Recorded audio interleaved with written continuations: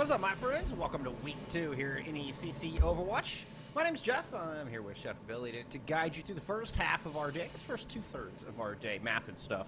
We got a couple of good teams to start us off. We're heading to the Navigators division here for our first matchup.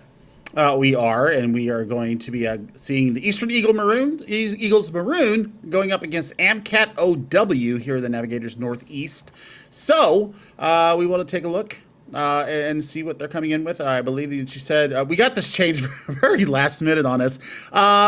Eagles are coming in 1-0 here in week number 2, and the AMCAT squad are coming in 0-1. So they want to turn their fortunes around here early in the season. And I've already seen a name that I'm going to be digging into here, Chef Boyar Bree. There can only be one chef. It's just like the Highlander. I will come after you, and claim that only one status, just to let you know. But, I mean, we're going to take a look and see what these teams are going to come out with. Here's take a look at AMCAT OW here. This is their squad coming up. Ted's cousin, freshman, lots of freshmen here, actually. Cam. We were trying to figure out how to say that, but we're going to go ahead and call him Cam. Ghost, ESA Mobile, and Murphy coming through for the Wildcats. It looks like that's who they are. And then we'll take a look over at the Eastern Eagles here squad. And we've got Mara, Chef Boyar Bree, as I said before, Selv, 10, and Astral Ban. A little bit more senior leadership here looking for Eastern. So we'll see if the senior leadership is going to be able to pull them through here, Jeff. But, I mean, I've been looking forward to seeing, people have now had a couple of weeks to get used to the changes that have come through here in season number 3. And I really want to see, what kind of meta has actually evolved for them. I'm very interested to see what we get out of here. Are we going to see a lot of Ramatra still? Reinhardt definitely has a better place in the meta right now, so I think it's going to be really map dependent. Where we see these tanks go through.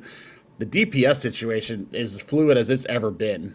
I was actually going back and watching some of our old stuff from back in the day, and we were talking about fluid meta then. It looked like concrete back then, back in our console days. Now you can pretty much go with whatever you want. It's just specific on map. So we're going to start here on Lighthouse in Oasis. Well, I say that as we take a look in here. Well, I think we're going to go to Well now, maybe. Yeah, that was just a little B-roll. Just a little B-roll. So, yeah. It will indeed be Well here for our first map.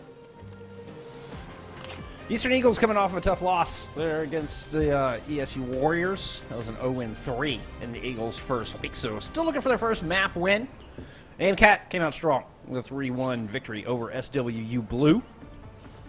See if they can keep that going here in the Northeast Division. It's still early off in the season. I mean, still early on that patch that you're referring to. So it wouldn't surprise me if we're seeing teams still experiment a bit with the compositions and what they want to run. Well, I mean, if these compositions hold, we're looking at mobility versus sustain. I mean, there's still going to be a lot of sustain on the AMCAT side, but I mean, looking at the tank situation, Ball versus Orisa, you've got a couple of really good mitigation tools here for an Orisa going in against a Wrecking Ball, Fortify being the best one. And Javelin Spin is going to be able to spin them around and, kind of control the movement of the ball. So that's what you're looking at coming out in the very beginning. Okay, I can get some early positioning here. A lot of fast heroes, and they're going to set up. Most of them going cave. They're kind of starting to surround the point. The entirety of the Eagles want to go through the inside underneath the lighthouse, staying in a nice little clump. And just gotta dare anybody to step into their territory.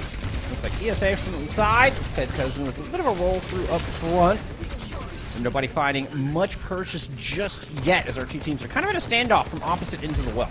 I really like the initiation. There we go, taking out the main source of healing here for the Eastern Eagles.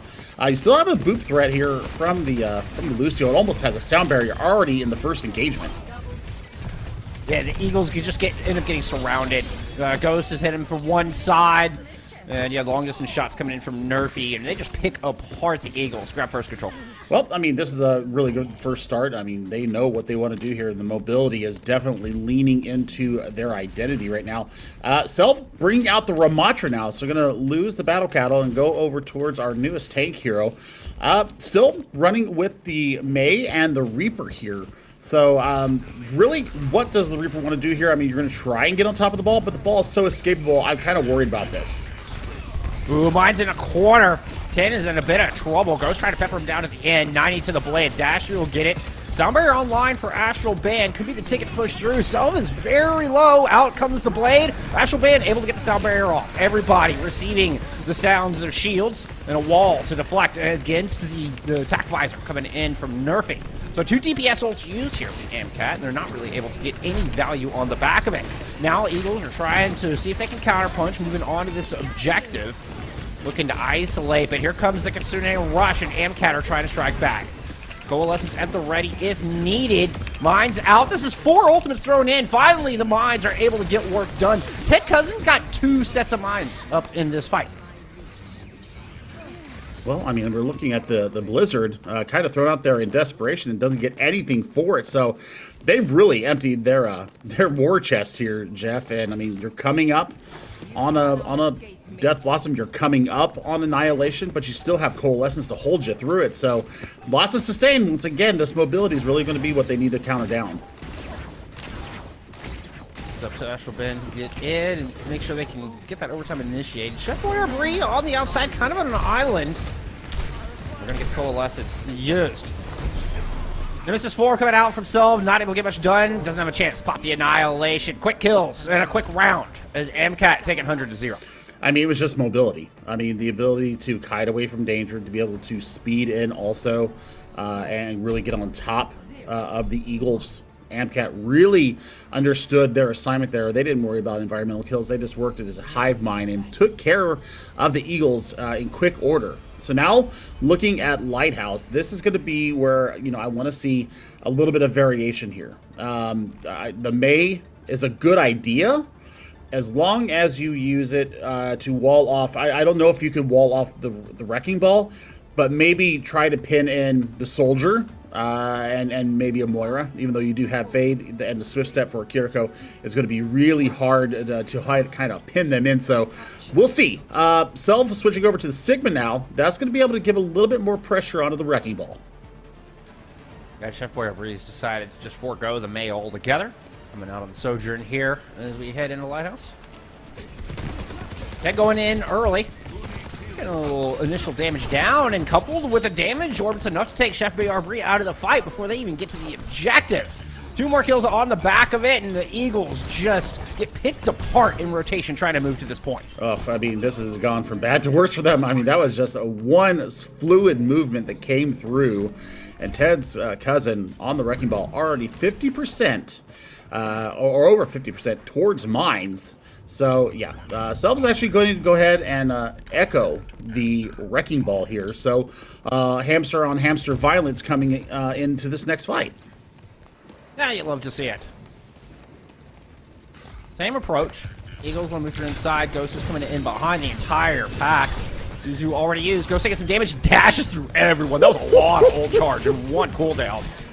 Makes their way out, and 10 somehow finds themselves on the business end of their own Helix rockets. Eagles already at a deficit. They look to move in on this second attempt to take the point.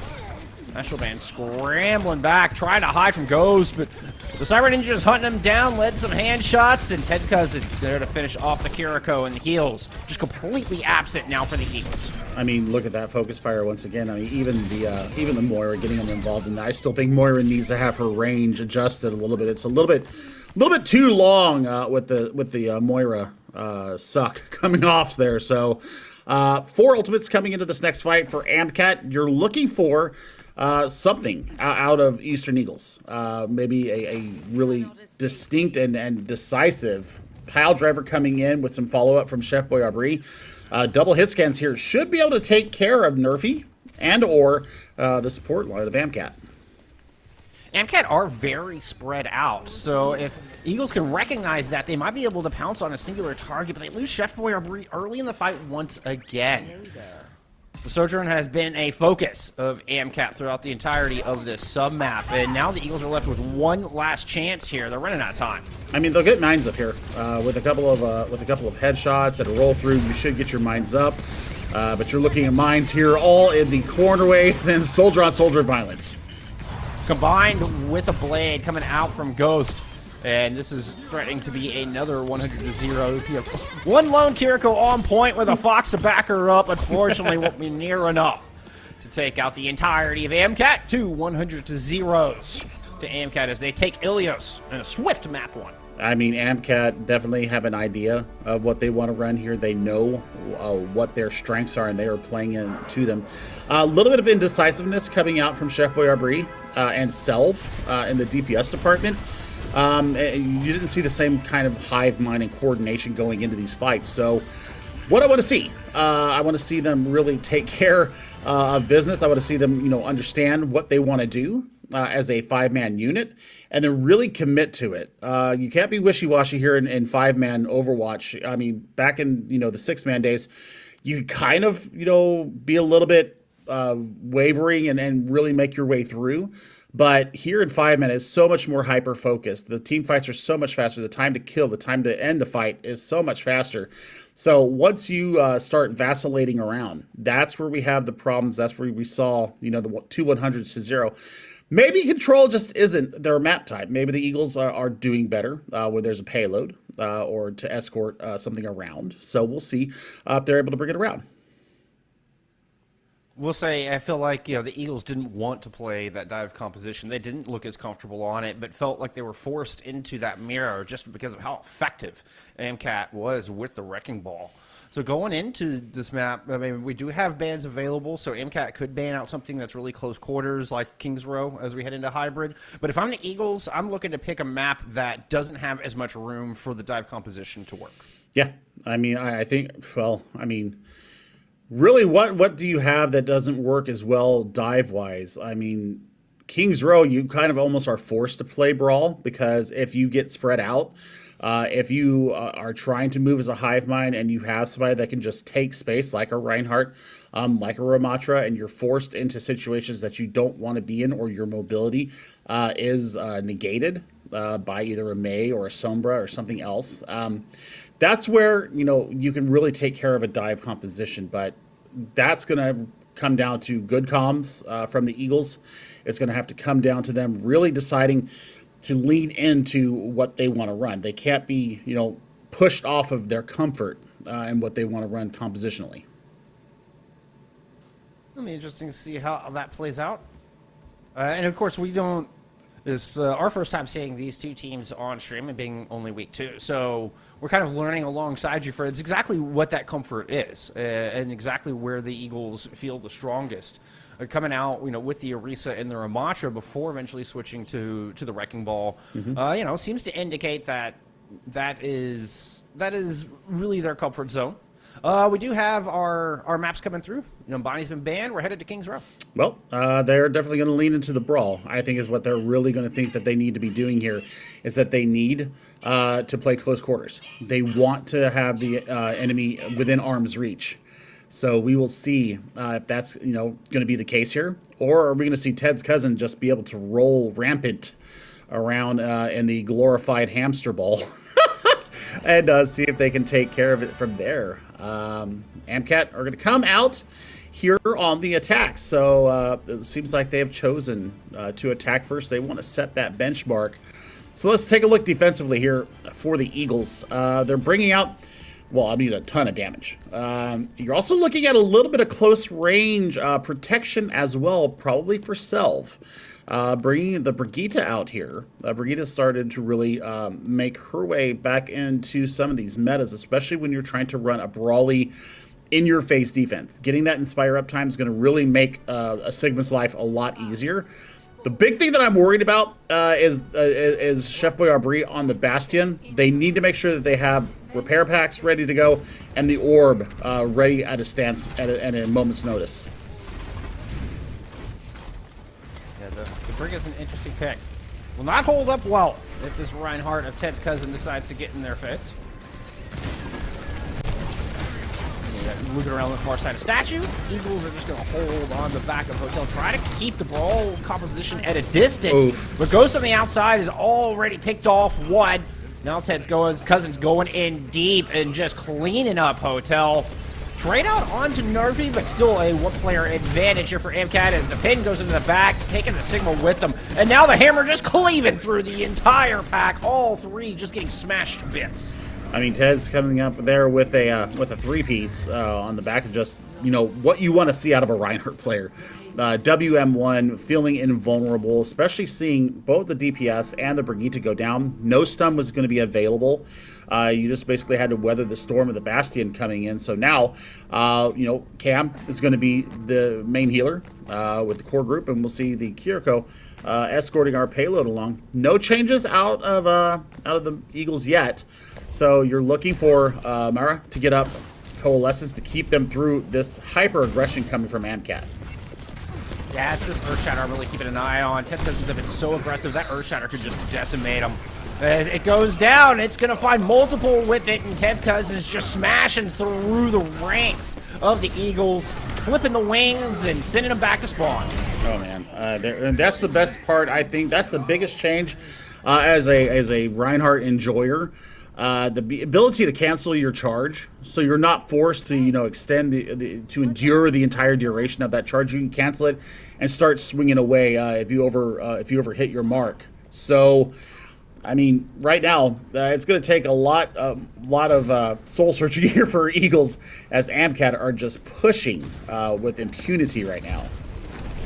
So the bulk of AMCAT are sitting up here to hold this next corner inside the Foundry. Sigma Shield already low. Woo, Cam went down to 4 health before ESA is able to get them topped off. Second point is now capped with Coalescence being invested from both sides. AMCAT definitely going to try to push forward on this corner. The Bastion is in Sentry form. It's going to force them back a little bit and even pick up that kill onto the Mora as well. So staying lacking a little bit here for Ted's Cousin as they pin in onto Self. They had ESA switch step up to Ted to keep them alive through the back end of this fight, but it's a late invested there from Chef Boyardee Breed. See if they can pepper down Ted's Cousin and slow down this approach. ESA Mobile falls here late or early, depending on the very broken situation of a team fight. Well, good news there.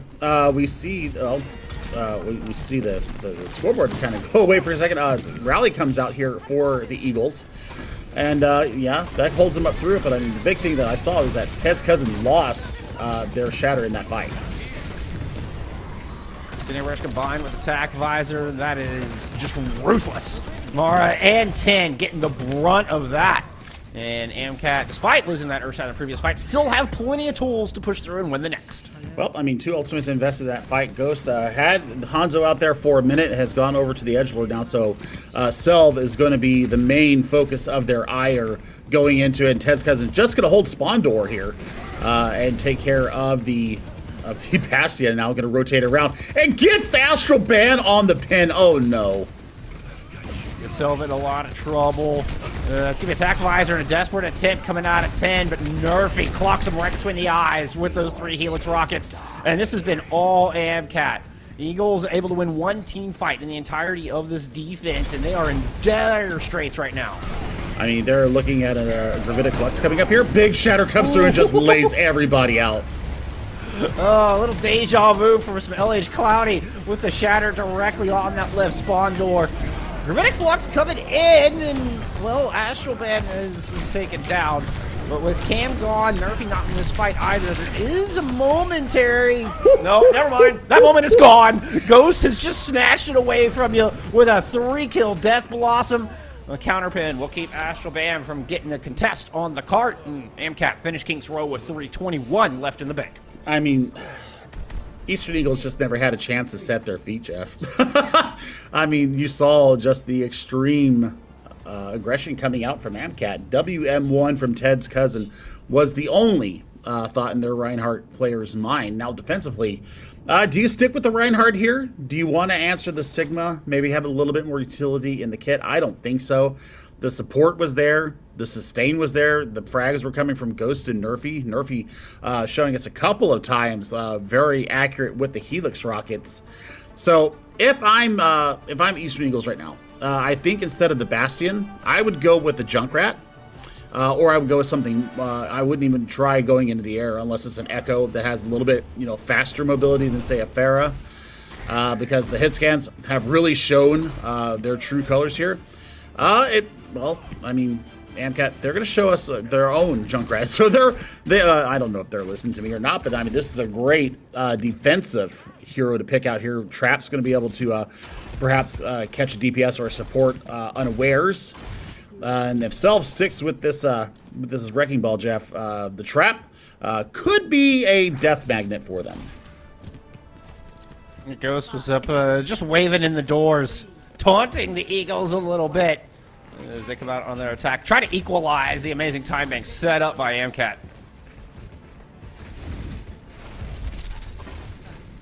I think they have options here, though. I think they have options here, Jeff. I think that they can take care of the pressure coming in. I mean, Ghost is just going to get it up right in their face. They know that they've got the supports at their back.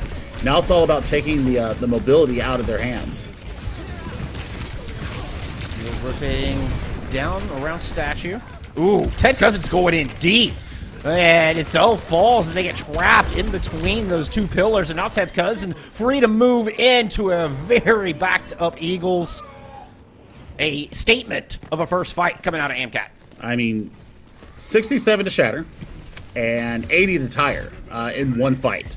So, I mean, great work being done by the duo there of Ted's Cousin and Ghost. Now, Self swapping over to the Sigma, so a little bit more sustained, a little bit more utility in the kit. They're foregoing the mobility for that frontline pressure. We're also going over to the Bastion. Ooh, nice accretion rock, goes down to 15, trying to back up. Ted's Cousin coming in, see if they can support. Airstrike will rip through Mira, and the Sigma is very low on health as well, so we'll eventually get battered down by that giant rocket hammer, and a pin right onto Chef Boyar Bree will be enough. Ted's Cousin now has that Earth Shatter online. I mean, you're coming up on 4 ultimates here for AMCAT, and the closest here. Let's loose with the Shatter and just says hi and hello and bye-bye. Going for the Solar Shatter on to 10. AMCAT really feeling it right now. Playing a bit of the mind games is they're just looking to batter down the Eagles both physically and mentally. Riptire Unleashed, and we'll find 2, including Astral Band, so denying a res. Kind of the equivalent of a 3K there for Ghost. Ghost has been very proficient on all the DPS heroes that they have played so far today. Maybe a little bit of moxie, a little bit of hubris going in, especially coming out of Cam in the Moira department going down in that previous fight. Already back with the team, though. And another pin kill there on to the Mercies, so once again, res off the table. A brutal turn of events, and Ted's Cousin showing no sign of slowing. They are the Reaper of Death, but it's not a scythe, it's a giant rocket hammer in their possession. It's the Shatters Unleashed into the spawn to get Chef Boyar Bree. I mean, somebody should honestly clip that and send it to LH Cloudy, the Finnish tank player, because, yeah, that's just dirty and disgusting. Ted's Cousin sneaking, hiding around the corner. Oh, been found out. Self is wise enough to check the corners. Ted's Cousin has got a pin out. Still 75 seconds left here. Eagles have a couple of tools to work with. They're running into a coalescence, and Ted's Cousin continues to just get right in their face, make them fight for every inch. The Granite Flux is massive. That's going to get a lot of people, but it's a 2-for-2 trade when it's all said and done. Nervy's Tact Visor once again used inside that Kitsune Rush to finish off this fight. There's a moment of opportunity here for the Eagles, though. I mean, Self, you can't go down. Self, you cannot die here. There went your moment of opportunity. Yep, I mean, they sniffed that out. The comms, you could see the comms just working in unison there. The team definitely knew that was coming through. Now here's their opportunity. They have a chance to get in with Ted's Cousin down. This should be a goad point for them. And Chef Boyar Bree got a little too anxious to move in on that, though. Astral Band really wants that res. Nerfy won't let you have it. Nerfy coming up on 2K, and that Ghost even gets a death from the grave. 13 seconds, and AMCAT have not given up a single point. They really haven't, and this is exactly the pressure that we were talking about. I mean, they're looking, damage-boosted Bastion coming through. Lucio for a last-second conduction. Shatter out again! Oh, my word. This has gone from bad to worse for them. the entire from spawn. Ghost is able to get 10 with it. Wrecking Ball trying to stall out on point for as long as possible, but this is a foregone conclusion. The overtime will evaporate, and the AMCAT will come up with their second map win in a row. Perfection. They have not allowed a single point on either Control nor on King's Row. Dominant performance thus far from AMCAT. I mean, their identity is pure aggression, and they're working as a hive mind. That's the best I can say right now. They know who they are, and Ted's cousin has just let them have it, and is giving them everything. Here's the shatter into picks up Chef Boyardee. And, yeah, I mean, that is a 2-0, very comfortable here for AMCAT and Eastern Eagles as we head into the halftime break. Really need to come together as a 5-man unit and figure out what the heck they can do to stop this aggression. Yep, they'll get a moment to discuss and then make a plan here for map 3. We are going to take that intermission. When we come back, we're headed to Escort. We'll see you there in a minute.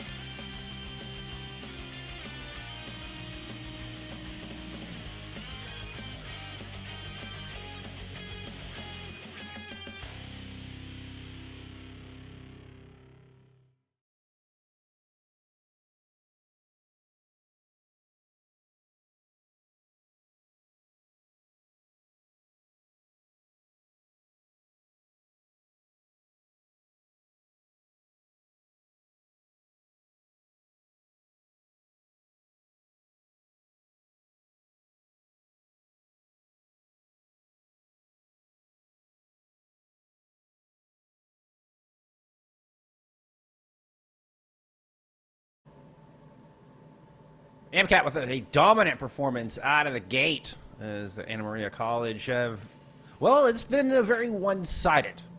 Both with a 2-0 on Ilios and then a 3-0 on Kings Row.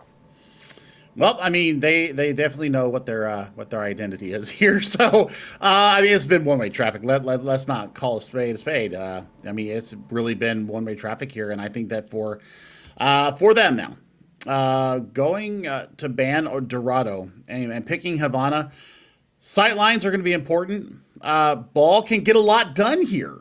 So, I mean, really, you've looked at a highly mobile tank coming out of AMCAT, and you've seen a very stationary, brawly tank come out. So what else is in the wheelhouse here for Ted's cousin?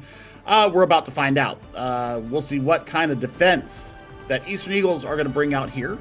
They're going to bring out the Torbjorn with 10 on the, well, I say that. We've gone back to the the lobby there. Maybe it cracked and broke just for a second, but just based upon what we saw there, they're looking to take care of maybe of some flanks. They're going to try and build up to molten core very quickly, make the payload a null and delete zone, do not enter zone for as long as they can. See if they can get some kills on the back of it, kind of corral people around. So I see what they're trying to do with the Torbjorn here. Also turret. Auto aim, always a good thing. It's going to force resources out of the healing core of AMCAT. So this is a bit of a kind of hope a spaghetti moment where hopefully it'll stick and it'll actually provide some value for them. So Havana's going to be interesting. It's either going to go one way or the other. It's either going to be a stomp coming through for AMCAT, or the Eastern Eagles are going to come through with a brilliant strategy and really come through in big terms. So we'll actually see AMCAT on the defense here. They've gone ahead and swapped sides here in the interim. So offensively, we will see pretty much the same thing that we saw there before. Ghost is going to show us the symmetry here. So turrets are going to slow down Self if they don't recognize them quickly, and hyperspheres are notoriously hard for hitting the turrets unless you have good aim. I do not have such a that. Nerfy's going to stick on this soldier. Really has been proficient on the soldier 76, and you see Ted Cousin once again out here on the Reinhardt. So they're going to play sneaky hide and seek over here on the right side. Yep, this is indicative of a spawn hold coming out from AMCAT. The Eastern Eagles, they bet on Kings Row for map 2 that AMCAT would not have a strong brawl, and they were sorely mistaken. So now they've gone to a long-range map in hopes they can beat them in the poke. But guess what? AMCAT's just going to come right your spawn door, and they're just going to play brawl. They're going to play up close and personal, no matter the map. Well, I mean, they got full value out of this first little engagement, and Self has swapped over to my favorite tank in the whole wide world. That's the Orisa. Definitely not going to be able to pin in on that with Fortify, Spin, and the Spear Throw. So we'll see how they're able to break this spawn hold. I think they need to get somebody in the sky, though, to be quite honest. Yeah, as far as a classic break of the spawn hold here on Havana, we saw that a lot in Overwatch 1, because you can get on top of the roof of the spawn and really circumvent a lot of the damage coming in. You've got a lot of cover from things like Nerfy's Soldier. So that has some options. Right now, Eastern Eagles are just sticking with the composition they're feeling strong with at the moment. So using that Fortify early, trying to get out of the alley, but Eastern Eagles are taking so much damage. There's just a lot of weapons pointed directly down this alley, and Eastern Eagles have their work cut out for them trying to escape it. I mean, this is brutal. This is brutal. If you are under the age of, let's say, 14, please turn away from the screen right now, as this is absolutely nasty. A Wistic comes out. That is a great option to get out, but Shatter takes down 3, and Nerfy does get paid for their Moxie there, but there's still a couple of players here ready to go and kill you on the way out. Yeah, the moment Self jumps out, down comes the hammer. Now we've got the photon barrier. Trying to hunt down 10, and we'll get them before they get into that safety zone. Ted's Cousin able to get their tank counterpart as well. And so far, a flawless defensive hold. No casualties from AMCAT. I mean, Ghost got a 3K there with the microwave beam. Sim does indeed go burr, and Self is just under duress. The instant that he comes out of spawn, going to try and dive out and see if they can get some work done with the Mercy Pocket. Yeah, just trying to create a little bit of space and kind of force the AMCAT's rotation. Now AMCAT's just going to move in and respond immediately with a Coalescence and find 2 kills very quickly on the back of it. Now Cam, well, thought about moving in, but using a little bit of patience here, and they're just going to back up to their strong position where they can pour more damage down this alley. We're getting a swap. Self going over the Ramatra, immediately trying to come out the door with the Nemesis form, but they're just running 1v5. There's a lot of pressure coming through. Chef Boy Bree finds the first pick here for Eastern Eagles, and it could be the start of breaking this spawn hold. Nerfy down and continuing rush in response. They don't have the Tech Visor coupled with it, as we've seen so many times here in the previous 2 maps, but there's a lot of damage, and I mean, Ted's cousin swinging with twice the speed with that giant hammer, able to find 3 before it's all said and done. I mean, this is almost looking like a mismatch at certain points. I mean, oh no, Ted's cousin is absolutely brutal with these fire strikes going through. Almost has another shatter online. Jeff, the attack visor, sub 60 seconds here. This is going from bad to worse for them. Yes, that is the molten coming out, and now Chef Boy Arbry is making a swap over to the Bastion. Annihilation out from Selv, and they're going to run towards the cart, but there's just not enough reinforcements there with them. And the Eagles, you can see they're feeling desperate as they're trying to just come out from all angles, but nobody really moving out together. And it's going to take a concise effort to break through this incredible hold. I mean, Annihilation already gained and taken care of. Shatter comes through. No turret form for you, Bastion. Well, kills on the back of the Shatter, so able to hold Ted's cousin off. Nerfy's in the back with attack visor at the moment. That shield comes back online for Cell at just the right time. Yes, a close look at Kitsune rush. Clock is at 3 seconds, and Self has to push out. No choice now, at least to start the overtime. Trying to block for as long as possible with the Kitsune rush up. It is a lot of damage. A couple kills coming through, but it's looking to be too little too late here for Eastern Eagles as the last casualty falls, and the overtime goes with it. I mean, Symmetra combined with the sustain of a Moira and a Kiriko, and Nerfy being able to put down the spot healing with a biotic field as well. I mean, there is so much just health and restoring going on for AMCAT. I think that's the big reason why Eastern Eagles just can't break any kind of hold that they're bringing out here. They're only going to have, I mean, there was 0 meters gained there. 0. Jeff, 0. So, I mean, all they got to do is I've get on the payload. I've never seen that 0 meter hold on Havana. I've seen like less than 5, where it moves a couple of meters. I have never seen a straight 0 meter hold. Impressive stuff coming out of AMCAT's defense. I mean, all it's going to take really is Ghost to bring out. No. Oh, Lord. Okay, so they're going faster, because now you've got the Lucio. So you can speed boost out Sombra automatically faster when you're invisibility. Get a hack onto either, I would say either Selv or Chef Boy Arbry. That'll be an instant kill based upon the results so far in this series. Once your tank's gone, it should be less than 30 seconds, and they're going to go ahead and claim this map. Yeah, and if the Bastion's in Sentry form, that cooldown has been spent. So even though the hack fades after 2 seconds, Chef Boy Arbry would have to wait for that cooldown to come back online before they can return to Sentry form, and that's going to be the crux of this whole defense. And Eastern Eagles are forced to move up close. They don't have any options, and there it is. I mean, they went from very few options to none really fast, and I think what has got to be the fastest Havana I have ever seen. I mean, that was what, 4 minutes and 10 seconds total. Yeah, that was impressive coming out from AMCAT, and now you can see why they're 2-0 on the season.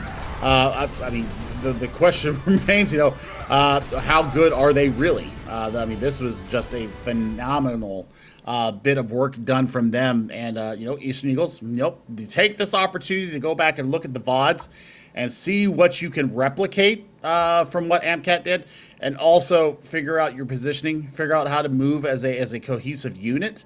And I think that your results will go up from here. But man, AMCAT looked good here in the Navigators Northeast Division. Yeah, I mean, very dominant performance from AMCAT, no doubt, and just a lot of aggression. I mean, being aggressive will get you a long way in Overwatch. As far as the Eagles, I think I would suggest just making sure they don't panic when you're in these kind of situations. Come together, take a breath, take a moment, and figure out a solid game plan. It's better to take 5 seconds and let everybody regroup and talk about what you want to do than to continue to peter out or run out of different doors. When you're facing a team as aggressive as Anna Maria College, everybody's got to be on the same page. I mean, hats off to AMCAT. They looked like the team to beat so far here in the Navigators Midwest Division. Northeast Division, excuse me. Northeast. Yep. So I mean, for AMCAT, I think that really stay the course. And if they play like this every single week, I mean, they should be hoisting some hardware at the end of this season, Jeff. Well, that is going to do it for our first match of the day, but we have more Overwatch coming at you. Have no fear, friends. We are going to take a bit of an intermission, but when we return, it's going to be UAH Charger Blue, that's the University of Alabama at Huntsville, taking on the MCC Mustangs, MCC Montgomery County Community College Mustangs. We'll have that champions matchup here in a bit when we return. Meanwhile, there is other Overwatch action going on the other channel, so be sure to go check out twitch.tv/NECC for other collegiate Overwatch action. We'll see you back here in a little bit. Y'all be good.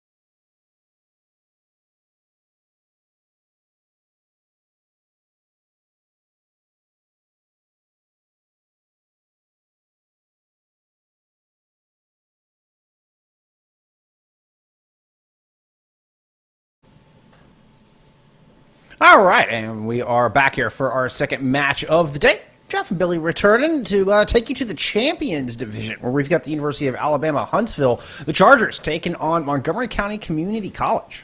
MC3. MC3. That's what I'm going. Montco. Yeah. Montco is actually a designation that they like. So we can go with Montco. Montco versus University of Alabama Huntsville down south. Or the Mustangs, I suppose. Yeah. Yeah. Mustangs. Yeah. I mean, we can go Montco and Mustangs. I mean, both teams having a bit of a look here. Coming in 0-1. Now, UCal Black, University of Cincinnati, took out University of Alabama Huntsville last week. And then Cumberland Phoenix taking down MCCC Montco in the previous week. So we need to see what these two teams are going to do to get themselves back onto their winning ways. We are in the second top division here in the NECC. So definitely going to be seeing some different play as we saw. I was still talking about it. I was actually talking about it with my husband.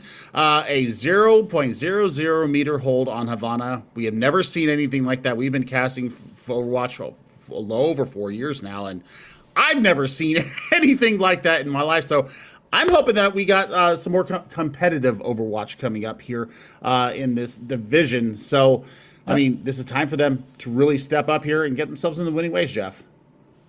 As we're looking at the Charger roster right now, and I see an animation major. Oh, that grabs my heart. I was an animation major. So there you go. And some computer science, a little biology. This looks like a pretty cerebral squad from what we're seeing here. Let's go ahead and take a look at their opponents, the Montco Mustangs. A bit of a young squad in this one, Billy. Yeah, and I mean, more along the side of business here. So we're going artistic versus or technical versus business here. A little bit of a business technical going down there in computer science for retro. But yeah, I mean, we're going to be looking at, I always give, these collegiate teams, when you have senior leadership going on, generally that does translate into a lot more success. And we definitely saw that happen in our last series. So will the senior leadership coming out from the Mustangs of UAH be able to take on the youngsters coming out of Montco? We'll see. We will see what they got coming out the gate. Now, our first map coming out here in this series is going to be Lijiang Tower. And I mean, it's a tale of three maps. Honestly, we'll see. Where we start out.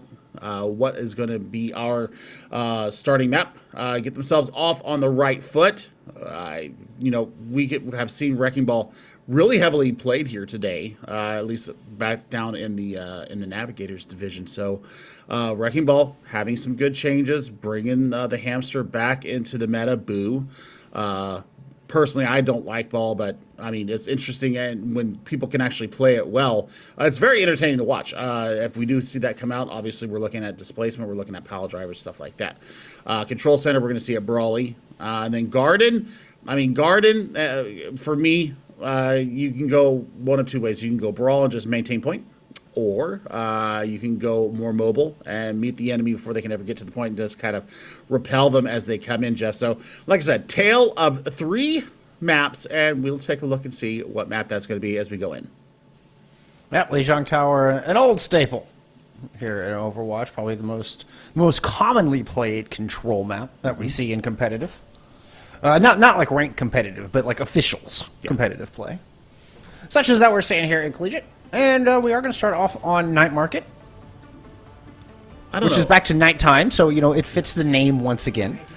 I do like it. I like it better at night. You don't have that glare coming in off of the bay. And, I mean, some of the lighting here in Overwatch 2 has really confounded some people. We were talking about it, Circuit Royale during daytime.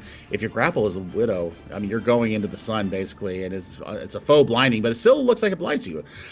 Teams looking completely different here, other than both running an Ana.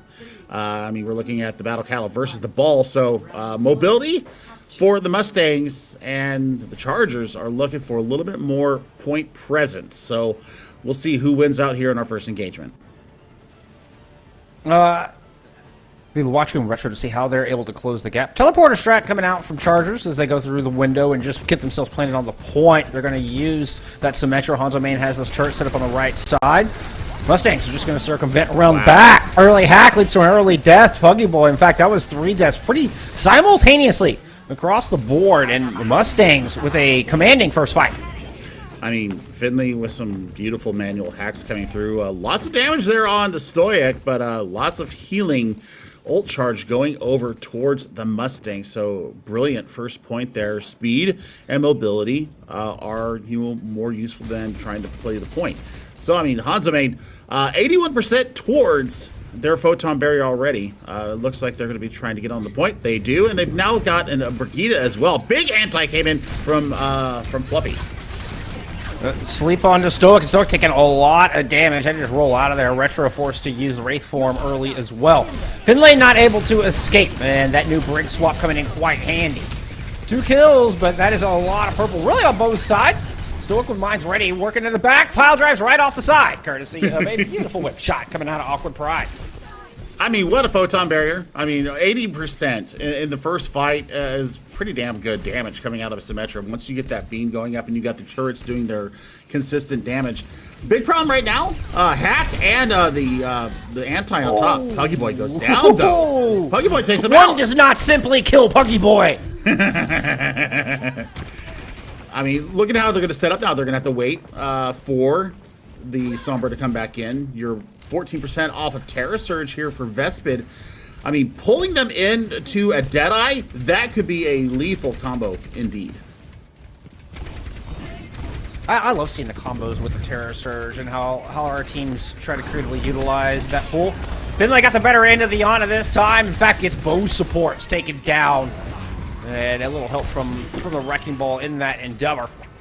So I'm trying to keep everybody at bay here with the Deadeye, trying to devalue that Kitsune rush as much as possible. But now Stoke's going to come in, looking for the back, and we'll find Shrub indeed. Good combination alongside Retro. I was curious how they were going to work together, and Retro is staying right in step with both the Sombra and the Wrecking Ball. I love it. I love it, and that's coordination that you need to have here, especially as we, reach the higher echelons of our competitors here. Still, Terra Surge plus Nano is frightening indeed. Put a rally on top of that, it should be a pretty winnable fight. We'll be walking into an EMP as well as some mines. Mines coming out here. Yep, there they go. Right in front of the entrance. Always a beautiful spot. Investment cannot find safety. 2 down already here for the Chargers. And they're just going to have to back out and reset.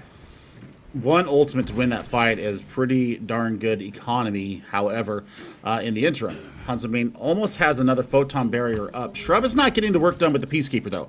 I think right now a little bit of a change, maybe a Hanzo to get a little bit of vision, see where Finley's coming in, because this EMP is going to be absolutely catastrophic for them. Chargers looking to just drive it up Main Street. Finlay waiting for it, unleashes the EMP, and Death Blossom comboed with it beautifully. A 1-2 punch that's going to send the Mustangs right on up to 90-some-odd%. A late nano boost invested in, and it's going to fall by the wayside. Chargers use multiple ults and get nothing for their trouble. Shrub should be able to get a touch there. Vespid swapping over to the ball. You do have the rally, and you're going to have Photon Barrier, so they could flip this theoretically if they can get enough kills. They get the teleporter off, so Charger are able to move in force onto this objective, but Hanzo Main does fall. Shrub on the outside, and with resistance, they're going to find the kill onto Retro. So 4v4, both teams missing a DPS on this point. Finlay working along the outside, meanwhile Stokes been antied. He had to drop that adaptive shield and still below half health. Buffett gets smashed upon, misses the sleep, rolling back out to try to heal Stoic, but Hanzo Main just too powerful. There with the microwave beam, and the flip comes through. Mines versus Pulse Bomb here, Jeff, and this is going to be a very interesting fight, especially if you can get a manual hack as the Tracer tries to lay it through, but does not. Big stick. Huge stick. Vespid was so low, and Shrub just came in with a double kill to bail them out. What an incredible delivery. Amazon, eat your heart out. Now, Finlay onto the point will initiate the OT. There's a Kitsune rush to back it up. Mine's thrown in, but Gilbert is the one who falls. Puggy Boy does get knocked off the side, but Stoic just has nothing left to work with in the bank. Retro and Finlay both very low and good focus fire coming out of Chargers will pull them back. They were down on this sub map, and a beautiful teleport and good last minute heroics, and they hang on to take our first sub map at night.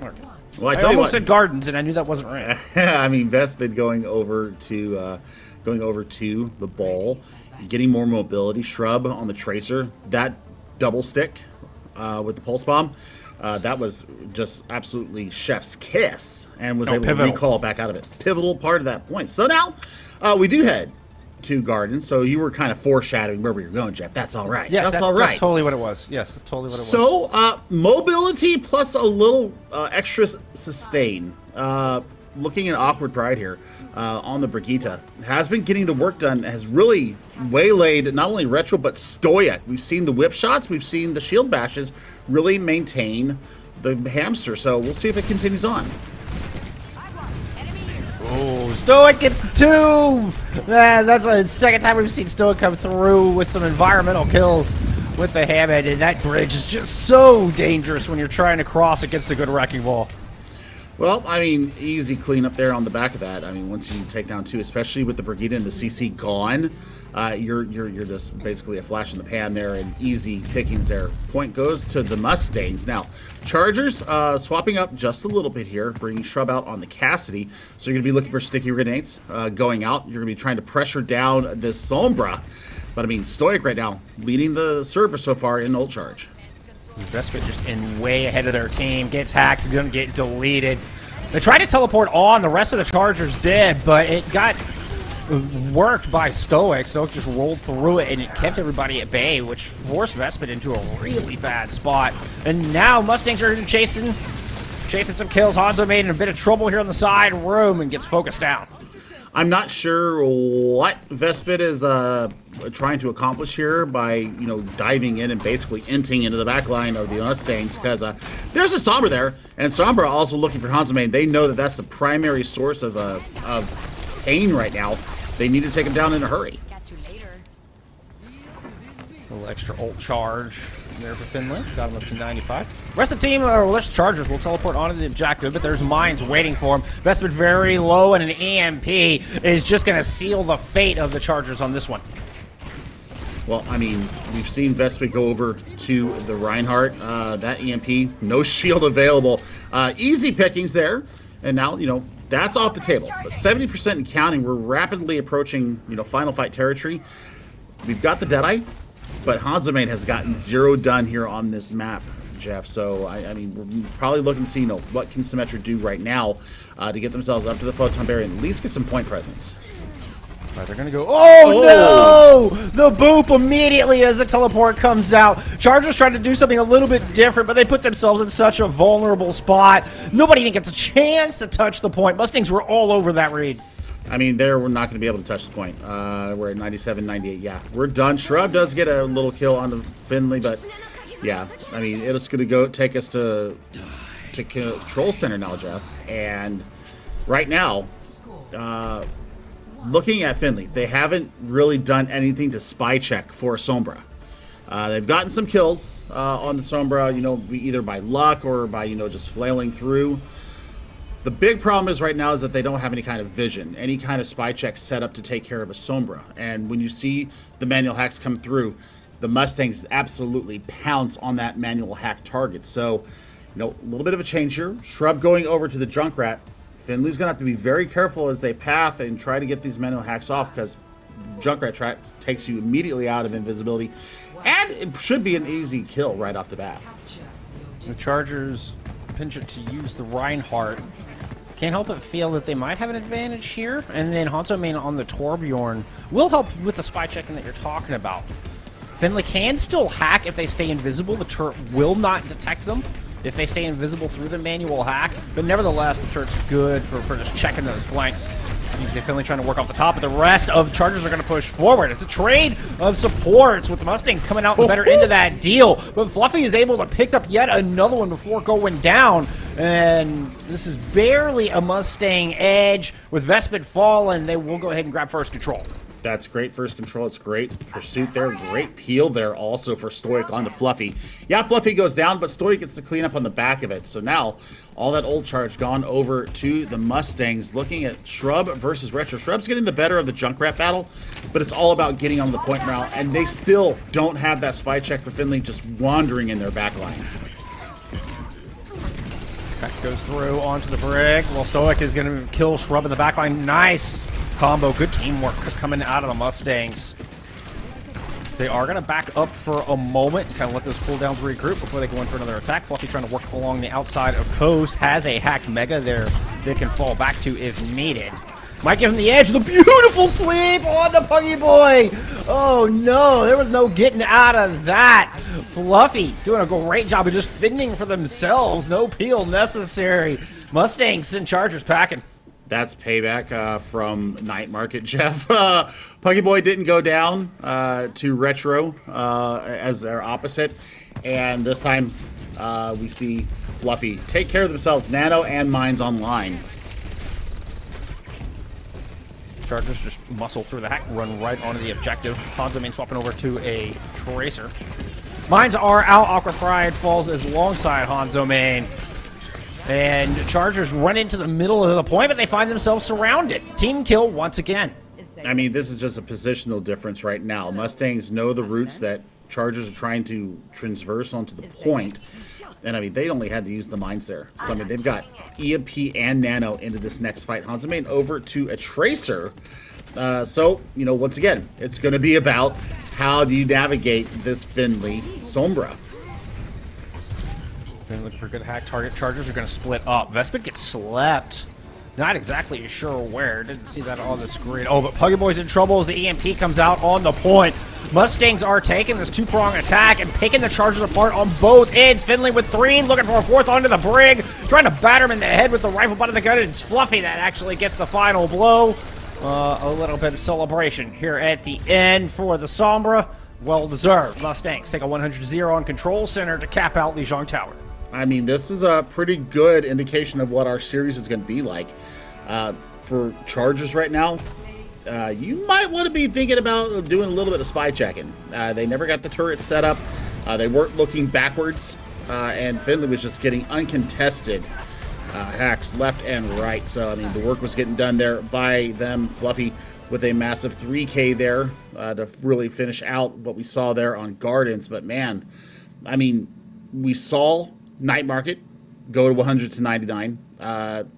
Gardens was a little bit competitive, but then it kind of turns into a snowball, and then 100 to 0 in Control Center. So they really found their rhythm, and I think that Fluffy and Finley are two of the keys that we need to be looking in on. If they're going to stay on this Sombra and Ana duo, the nades have been absolutely huge coming out from Fluffy, and then Finley. Manual hacking and closing the kill out every time that you see that hack target go in. There's communication to the rest of the team. Pounce this target. They see it done.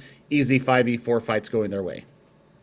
Coordination's been outstanding. What a way for the Mustangs to come in and grab their first map win here in the spring semester in NECC. It looks like it'll be tough to beat. We'll see exactly where the Chargers want to go. Mustangs will get a chance to ban out one of our hybrid maps, but then UAH get to choose where they want to take us. Yeah, and then it'll be, you know, up to MCCC, Montco being able to decide whether they're going to attack or defend. So I think that's, you know, also going to play into this. So I think for the ban coming out of UAH, you want to stay someplace away from where we're going to see, you know, the ball be able to really run around. So they banned Eichenwalde, and now we're waiting for the map pick to come in from Montco. And I think for Montco, they have decided that they're going to swap sides. So we will see. We'll see Montco come out defensively, and well, no, yeah, Montco will be on the defense, and I'm just waiting for the map now. But you know, still, the Sombra is going to be a problem unless you're spy checking, unless you've got some kind of vision out there. That's going to be a massive problem for them. So that's something that UAH right now need to be aware of. And you haven't seen Sombra that much. And with the prevalence of ball right now, Jeff, I think that the Sombras are going to get a lot more play.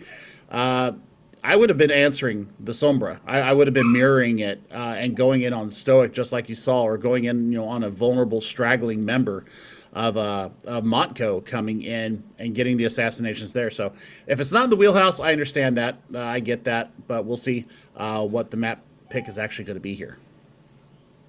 I think moving fast is the way to go. I mean, you have to either go full send and just pounce on the front line, or even on the back line. So if you're running into the Wrecking Ball on the Sombra, just try to run right past it and see if you can get on the back line. Otherwise, you have to play very slow and pick out the Sombra and pick out the Wrecking Ball and get them separated from the rest of the pack to try to isolate them, or at least force them to use cooldowns and then try to move in. But either way, it needs to be dealt with. You can't let Finlay run wild with that Sombra. I mean, we saw them try to run a monkey at one point, but I don't think that their method was the right way. They were trying to play a frontline Winston instead of going to the back line and trying to displace Fluffy. That was a big problem. And you saw that massive sleep that came cross map. Fluffy was not taking any of that sass coming out from the members of from UAH. So we're going to go to King's Row. And we know that ball can work here, not traditionally. Chargers. Very interesting choice. So I tell you what, as we get ready to head in to jolly old England, it's going to become, are they going to run the Sombra again? Because Sombra can get a lot of work done here. Lots of great hiding places for your translocator. And we do have we've got a substitution coming in. Theater is coming in for Retro for Montco in the DPS slot. Indeed, we'll see perhaps a change of strategy going into King's Row, knowing that they're going to be in a little bit more close quarters. So Wrecking Ball has less avenues to work with. The Sombra has less places to hide. So I mean, we could just see Montco go straight to the brawl, in response to this Charger map pick. And one of the reasons we're seeing this substitution, only time will tell. It could be simply as simple as just giving more players on the roster some experience. Yeah. And it's actually the Tar, not Theater or whatever it is. I'm looking at their lineup right now. So, yeah, definitely it's a DPS for DPS swap. Taking a look at what they've got going on for them. They are a game design major. They are a freshman as well coming in. So we'll see. We'll see what they get done here as they come in. Freshman for freshman swap. Computer science for game design. So Kings Row. Definitely going to be a little bit of a proving point here for UAH. The Chargers really need to turn it around here. Yeah, in fact, everybody on the Mustangs roster are either freshmen or sophomores because it's community college. So it's their only work in the first 2 years of schooling. Yep. So it ends up with a younger squad across the board, but majority being freshmen. It's 7 freshmen listed on this roster. So it's interesting to see the young guns coming in and I mean, very coordinated and very on the same page. Everybody's firing all cylinders. Everybody is working very well together. You can see the communication in action here with the squad. Yep. I mean, I really like the Stoic and Finley little synergy going on as well, because you'll see the pile driver come in on a hack target. They have nowhere to go. And so we'll see. Time will tell as we head in now to jolly old England. We'll be able to see what we got coming out for these two squads. We can only theory craft so much. We just need to see what these teams are going to bring out. Indeed. We're about ready to get into this map. It's kind of the series of the old favorites here so far. I went from Lijiang Tower, which is probably your most played control map, as I mentioned. King's Row, most certainly your most played hybrid map when it comes to official competitive play. Well, I mean, I guess that would bring up Escort next. And I tell you what, I have my pins about me that we'd probably see Havana again if we continue down this road. But Mustangs, Montco. The Escort map is a little more, what's the right word? It's like a little bit more aloof. Like, we don't have like a one set Escort map that you always see. Rialto seems to be picked a lot. Yeah, Route 66 as well. Yeah. I just don't see either of these teams doing that. Now, looking at Mustangs, I mean, they've, basically brought out the same exact composition. So, the Tar, is going to play the Reaper here, and Finley still in on that Sombra. So I think for Chargers, they need to have a Sombra. They need to have a either an answering Sombra, or they need to have some vision. We're using a May rush comp. Chargers just gonna go right in through Hotel. Finley went through the outside, but there it is. The Chargers run in fast, and they move in on the back line. Find Gilbert early. Finley, though, still able to pick one off from the back. 2 kills going in the Chargers' favor, and with that much closer spawn, there is an opportunity for them to move in and take advantage of having some extra players. Well, they're kind of backing up, though. They're giving Finley and the Tar a ton of respect here. But they're just waiting for those respawns to come through. The Stoic already back on the point, Jeff. Yeah, Chargers trying to move in quick, but yeah, the Wrecking Ball gets back in this fight super fast, and then Kiriko just switch steps in. So it is a 5v5 here on this objective. Mortality field already used. Chargers do have some good point presence, and it forces Mustangs to find a way to break through this and get close. We saw the outline of Finlay just scoop past Hanzo Main into the back, and there it is. There's the hack and the headshot follow-up. Shadow comes through, but only picks up one. They're not able to get Finlay. Finlay's able to translocate out after standing back up, despite the increased duration of the stun from the Earth Shatter. And the Chargers' attack starting to peter out here. Shrub will fall late. I mean, that was a very prolonged engagement there. I thought Vespa was actually going to get there because I thought Stoica ran through too quick, but they actually hit the brakes and scurry on back through. Now, Blizzard is available into this fight. Also, the Amp Matrix. Those are 2 massive ultimates that I think should win them this engagement. However, Mines and the Nano online ready to go. Nano onto the Reaper. Oh, it's going to be onto the Wrecking Ball. Stoic goes into the back. And Chargers are trying to back out. They managed to get the kill on a Fluffy as well, but Finlay's going to respond, and both teams are now absent one support. The Tar able to find Hanzo Man with a couple of shots, and now turns their attention on to Shrub and puts a lot of damage down to take both DPS out of this fight. 1:50 left on the clock, almost a 5-pack of ultimates here for Chargers. They need to get something big, but I mean, an EMP Death Blossom combo should send everybody back to spawn. Stoic trying to get the map T. Stalker Pride's able to get her Immortality Field down, but the EMP finally does come out, comboed with a slew of ultimates. Mustang's throwing a lot at that one to get that team kill. I mean, we're, what, 2/3 of the way towards Mines once again. That's going to cordon off the point. Kitsune Rush is going to build everybody up too sweet. So, I mean, they really, really need to take care of Shrub. That should be their priority pick going into this next fight.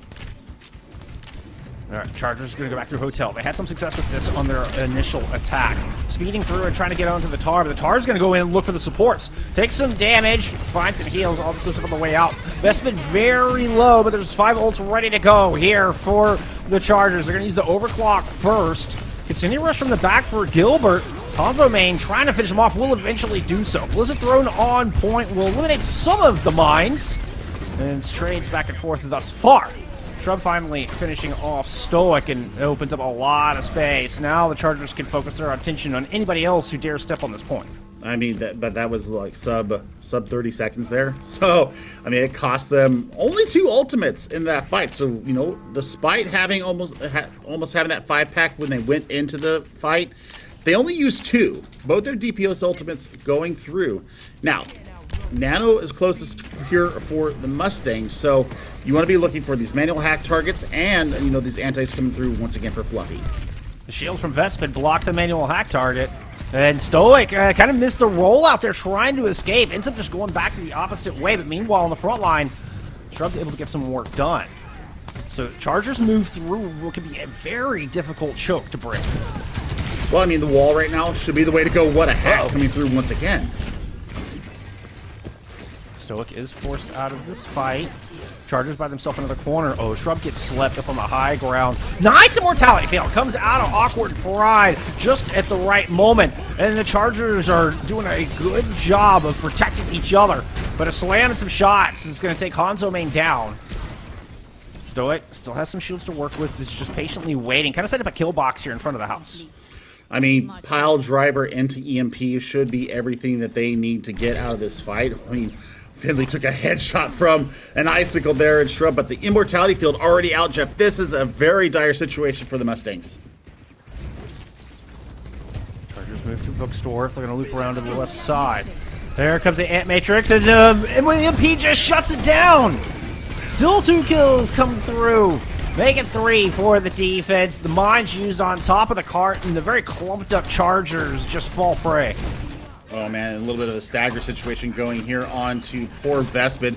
Will they get to the, no, it's hacked. So no health pack there available to the Reinhardt. Now the shield's going down, Sleep comes through, and the anti. Yeah, Vespid was counting on that Mega to be there. Only to be very dismayed. You get in there and see that purple skull. Well, don't dismay, because May has Blizzard right now. Finley just leapt right into it. Okay, he's going to translocate out. Buys a little bit of space around this corner, but doesn't get anybody frozen. Chargers really were hoping to at least get 1 kill with that. Mustangs not sitting on the objective, just scattered around to kind of pepper this street from all sides. The Tar's going to teleport onto the point, looking for a place to use this Death Blossom wall up initially. Death Blossom used to clean up whatever Finley and Stoic left behind. I mean, that's a great teleport just into the back line. You saw Vespid walking forward. The Tar just says, you know what? I got a teleport. I'm just going to go on top of the payload, get a couple shots off my Hellfire, make sure my health is good and solid. 7 seconds left. You have the overclock here, but Nano should be able to clean this fight up. All right, on to the point. Fluffy was way far forward. Okay, Fluffy has made it back into this upper area. Nano Boost used onto Finlay, and they're going to find Opera Pride with it. But Hanzo made found 2 previously with the overclock, but Finlay just so accurate with his Sombra. Just on point and making life miserable for the Chargers. They will not get any further than point B. I mean, just past the bookstore, I mean, they just got corralled. I mean, Stoic in with the pile drivers. The combo that comes in behind it with either a manual hack or the EMP or a Death Blossom. It doesn't matter. They have all the angles and avenues covered. I mean, this was built for a wrecking ball here that knows their tech, is able to get the work done, get in and out, and get the displacement done and not go down in the interim. So, Chargers blue right now. I'm setting up a Torbjorn, and I'm putting that turret somewhere that isn't easily accessible. It's got good sight lines onto the point, and you know you're kind of have to kind of safeguard it, Jeff. The other thing is, I think that they need to have, well, yeah, they need vision, and they're going to bring vision. They're also going to bring a Ramatra and a Bastion to the fight. So, you know, they're going to hope to burn down probably Stoic as they go through, make them pull out those adaptive shields early. We saw quite a number of times there, Jeff, that they've got over 700 with the extra shielding coming through from the adaptive. So definitely using their teammates to best advantage with that. Different little look here in the support line as well, Jeff. We're looking at a Mercy and a Kiriko. So we'll see how this works out. Save the Sonic Arrow until they come out the gate and then see what you got, because right now they're showing a Widow, probably looking for an initial pick. Ooh, Widow took a lot of damage early. They're just going to drop down. Let's see, what are you going over to? Back over to the song. All right. Mustangs did a really good job of kind of dictating the fights, even on the defense, which is far more difficult. Now on the offense, ooh, a bit of a missed rollout there from Stoic. Kind of clipped the wall. Does get a lot of shielding. Is it enough to escape the Bastion? Has to fall around the corner hotel, wait for some healing, and then dodge behind Statue. Stoic is able to survive. I love this positioning coming out of Fluffy up here on the high ground. Has great lines of sight to everybody. Is able to make sure that their members are topped up good and healthy. Right now, you know, Volt Charge definitely in favor of Charger Blue. So I think, you know, defensively they're looking good. But here's the high ground look. You're going to go in on top of this Bastion once you go into the turret form. Oh, dropped on the Mercy, as a matter of fact. A lot of damage there. Stoic there to help out. Stoic falls. And the Tar gives their life to take out the Bastion. But with trades favoring Mustangs and respawn point closer, it's going to take a big effort from Vespid here to bring this back. That was a long-range sleep. That actually landed. Vespid just has to put their arms up and slowly cower away. Right? I mean, that was an insane angle. I mean, it's almost like what was that movie where they curve the bullets? I can't remember. But it was one of those shots. Looked like it had a little bit of spin to it. But yeah, coming back in now. Looking at the antis again, I mean, just Fluffy is turning this match inside out. Been an outstanding display from really both supports from the Mustangs. Not to mention Stoic and Finley. They are so difficult to beat when they are this coordinated. I mean, we've been looking for, work coming in from the Ramatra. Almost has the Annihilation up. Every time that you've seen the slow come out, we've seen the Suzu from Dilbert. Really has facilitated them to be able to kite away from that slowing effect and get themselves back into a winning position. Alright, going way behind the objective. Finlay does fall. Shrub is able to land a headshot out of the air. But the Tar comes in, pummels down the Mercy, now nanoed up with a Kitsune Rush. This is one vicious Reaper you do not want to meet in a back alley. Investment just found that out the hard way. This is going to be a broken recontest, if at all. I mean, you're looking at Blossom and EMP, so I mean, you wait for the team to coalesce around the point and then let them have it. Dragon Strike's going to come from spawn, but no avail. So that is a quick 2-0 lead here to Montco Mustangs. They are looking darn near impenetrable right now, and Finley has been getting it done left and right. Stoic coming out with the play of the game, but I mean, it's on the back of Fluffy. Fluffy and Dilbert have really stepped up. They are a lethal and very competent support duo that's just letting Finley and Stoic and now the Tar just do what they want. A commanding lead here and a dominant showing coming out of the Mustangs to start us off. Now on match point as we head into our halftime break. We're going to take 5. When we come back, we're headed to Escort. We'll see you back here in a few.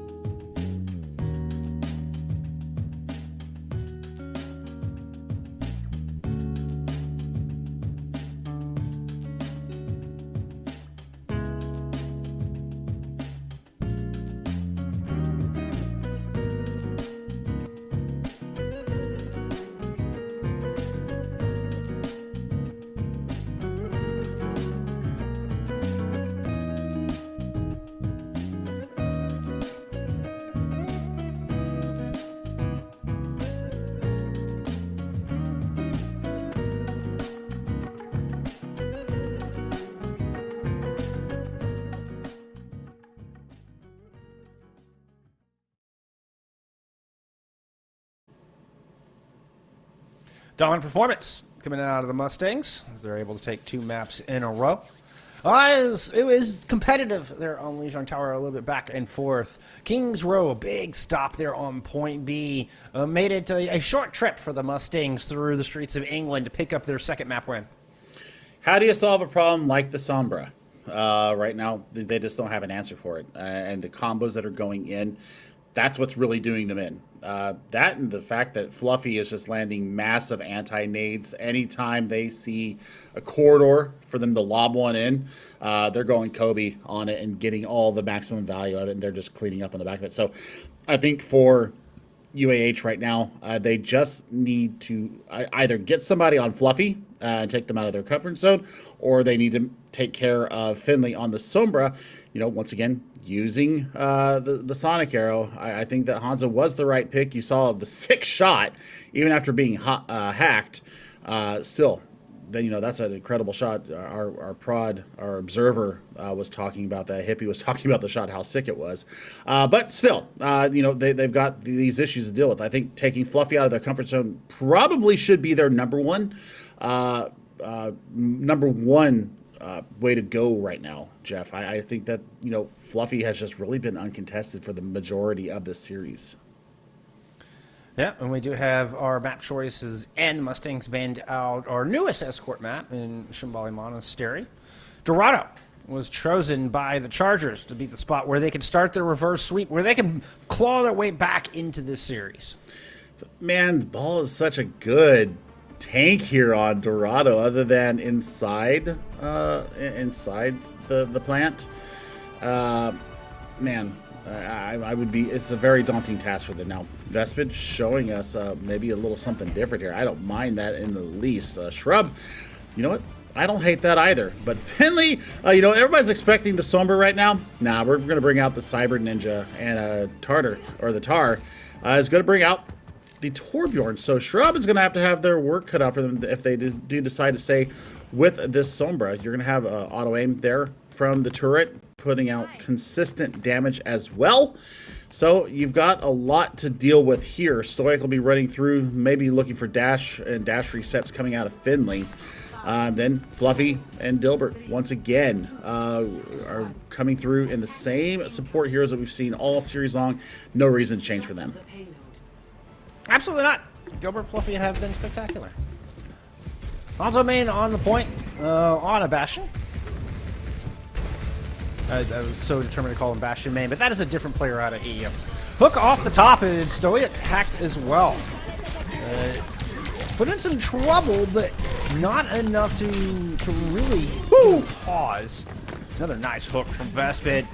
They're becoming a demon on this point. So far, 2 for 2. The anti-nade lands, doesn't eventually fade off. Vespid, no need to use that taken through just yet. Okay, there has to pop it. Ooh, close one. The overclock will eventually take him down. The Tar had that extra firepower to rip through the Roadhog. I mean, already almost has Molten Core on his line. I mean, hitting headshot after headshot with the primary fire. That's, you know, a ton of work. I mean, absolutely outstripping almost everybody in this lobby. You know, Gilbert, really close on the back of that, but I think that Molten Core is going to be the first one to come out.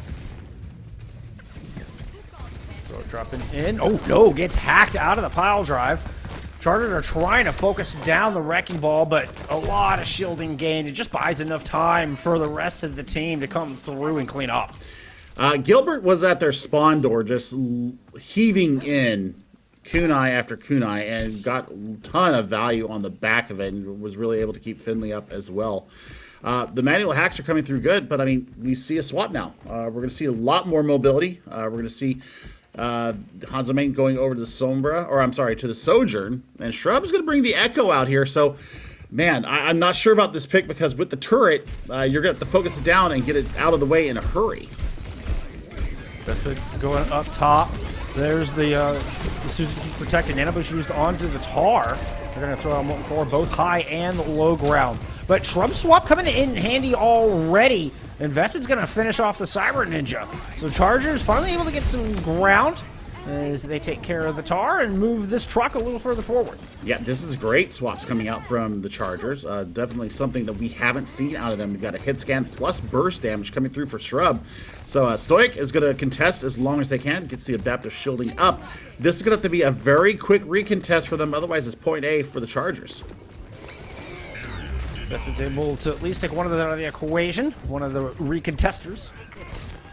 Mine's on point, get a little heals, and goes rolling back in to find that kill on the Hanzo main. Ooh, lands one of those shots. Two of those shots land on the Shrub. Shrub at literally 1 health and still manages to find the tar. Raz comes through, and Shrub's able to duplicate the wrecking ball there before finally going down, running into some mines, and Finlay with the finishing blow.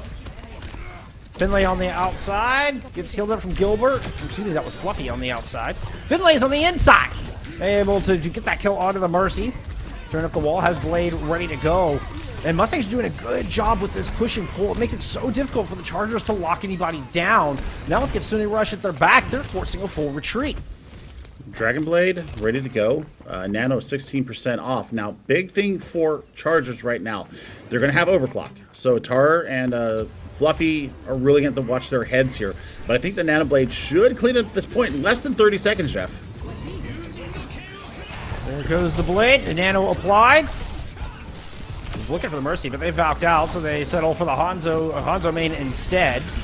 Pick up 2. Fluffy's going to find another, and with only 8 seconds remaining, Vespid's got to pop this Primal Rage in desperate attempt to try to keep this alive. Res comes through, and Chargers are back up to at least 3, but the sleep lands onto Hanzo main, and Fluffy continues to wreak havoc on this Charger team. Vespid falls, and overtime is gone. Cart stops shy of the first point. I mean, Jeff, that was another massive nade that came in from Fluffy to close out the rest of that fight, picking up 3 in it and getting all the assists on the back of it. I mean, the sleep on the Hanzo main, holding overclock in their grasp and not even being able to let loose with it, because you saw the res and the immediate sleep, and then the anti came through. That was massive out of the Mustang. So, I mean, they've got a definite win condition here. 82.86 meters will take them to a 3-0 victory here in this series. And, I mean, for Charger Blue, it's time to throw everything against the wall and see what sticks. Yeah, I like, looking at Vespid on the Winston. I mean, had some good mechanics. Took down Finley a couple of times. Didn't have the same, efficaciousness that we've seen before. From Finley. Actually got shut down a couple times. So, we've seen, you saw the adaptation that came from Finley on the Genji. The push and pull, the yin and yang, the tweet and law, as you call it. And, I mean, I tell you what, this is a very potent DPS duo. We were wondering, what the Tar brought to the table. Well, they've got a really deep hero pool, and, are they going to actually go and teleport out and just take positioning away from the Chargers? Best sticking with the Winston, sitting on the center rooftop. Teleport up from the Tar, immediately pounced upon. Spuggy Boy lands that headshot with the Kunai. That's triple headshot damage. That helps send the Tar back to spawn and an early lead over to the defense of the Chargers.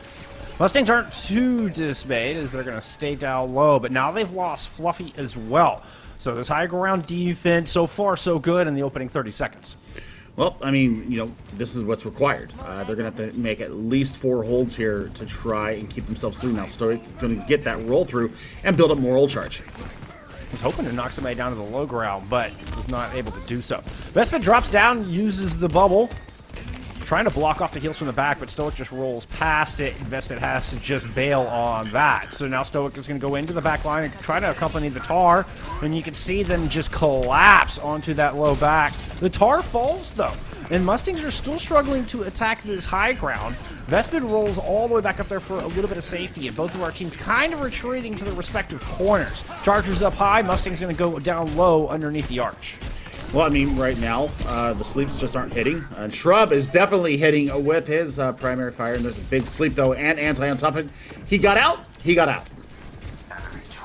Just barely. Vespid had less than 75 health remaining. Mustangs regrouping here. Have a Kitsune Rush and the Nano to work with. Throwing it up top is the Bionade, and going up top with a Nano Boost is Stoic. But running into a lot of lava as the Molten Core comes out from Shrub. Shrub looking to try to focus down Gilbert. Gilbert has to just bail in that high ground position, particularly with his tactical visor coming out of Hanzo main. The cart has kind of moved underneath them, and Chargers are late on this rotation back towards Statue, and as they try to move, they're getting picked apart. Stoic finds Puggy Boy at the end. Awkward Pride desperately tried to keep the Chargers alive, but finding there's no more teammates left, searching around with a newly revamped Mercy, there's just no hope, and you can't heal without anybody, you can't heal yourself without any teammates to heal. This card will just drift right past the statue and right on into victory. Vespid with a last moment touch, nearly 1.79 meters as the ultimate is popped. Chargers are trickling on to this point. They do have a Kitsune Rush to hold back them up, and Hanzo Main's able to use that to get one kill. Finlay pulls out the blade to try to bring it back. Finds Hanzo Main with one. Slashes down, but Shrub's healing was too good. Awkward Pride there to keep him alive. And, oh, the Tar might just do it with the Death Blossom to decimate. Two finds Puggy Boy in the end. And the Tar and Fluffy left standing on the cart to celebrate a Mustang's victory. Oh man, I mean that was a little bit more competitive there at the very end. I mean the sustain, you saw everybody trying to just hold on as long as they could. They knew that the speed character was coming through. We saw some manual hacks come out from Shrub, taking Stoic out of the fight. But I tell you what, Stoic has been just a gem of a ball player today, and there was really not an answer for, three players of this squad. Fluffy and Finley and Stoic really carrying the team. Gilbert and the Tar, the substitute coming in on map 2. Man, this is a very potent Montco squad. Looking good and great decision making. They were kind of struggling to take the high ground, and so they choose just to escort the cart underneath the archway. And the Chargers just didn't respond quick enough. They did not rotate fast enough, and by the time they made that decision, the Mustangs were ready for it. Then they were set up and ready to catch that aggression coming in from the Chargers, and then the Chargers lost all of their footing. It started off pretty good, and I liked the Winston coming out of Vespid, but unfortunately, disappointing the Lord of Hells today. That's a Critical Role reference for all you friends out there. I have no idea. I don't watch it. But, it is a 3-0 victory here to Montco. They go to 1-1 now on the season. Unfortunately, an 0-2 start here for the Chargers out of UAH. So, go back to the drawing board. Figure out how to collapse down a team because, man, Finley ran rampant all day. If I give a star to the day, I think it's got to be to Fluffy. Fluffy was just absolutely incredible on the Ana. That's a tough call. The whole team just did so good. Stoic's ball was truly impressive. Yes. So I think that would probably get my nod. And with the recent buffs to both Minefield, what was the other buff? He got another buff. The Minefield was the big one. Yeah, Minefield was shielding?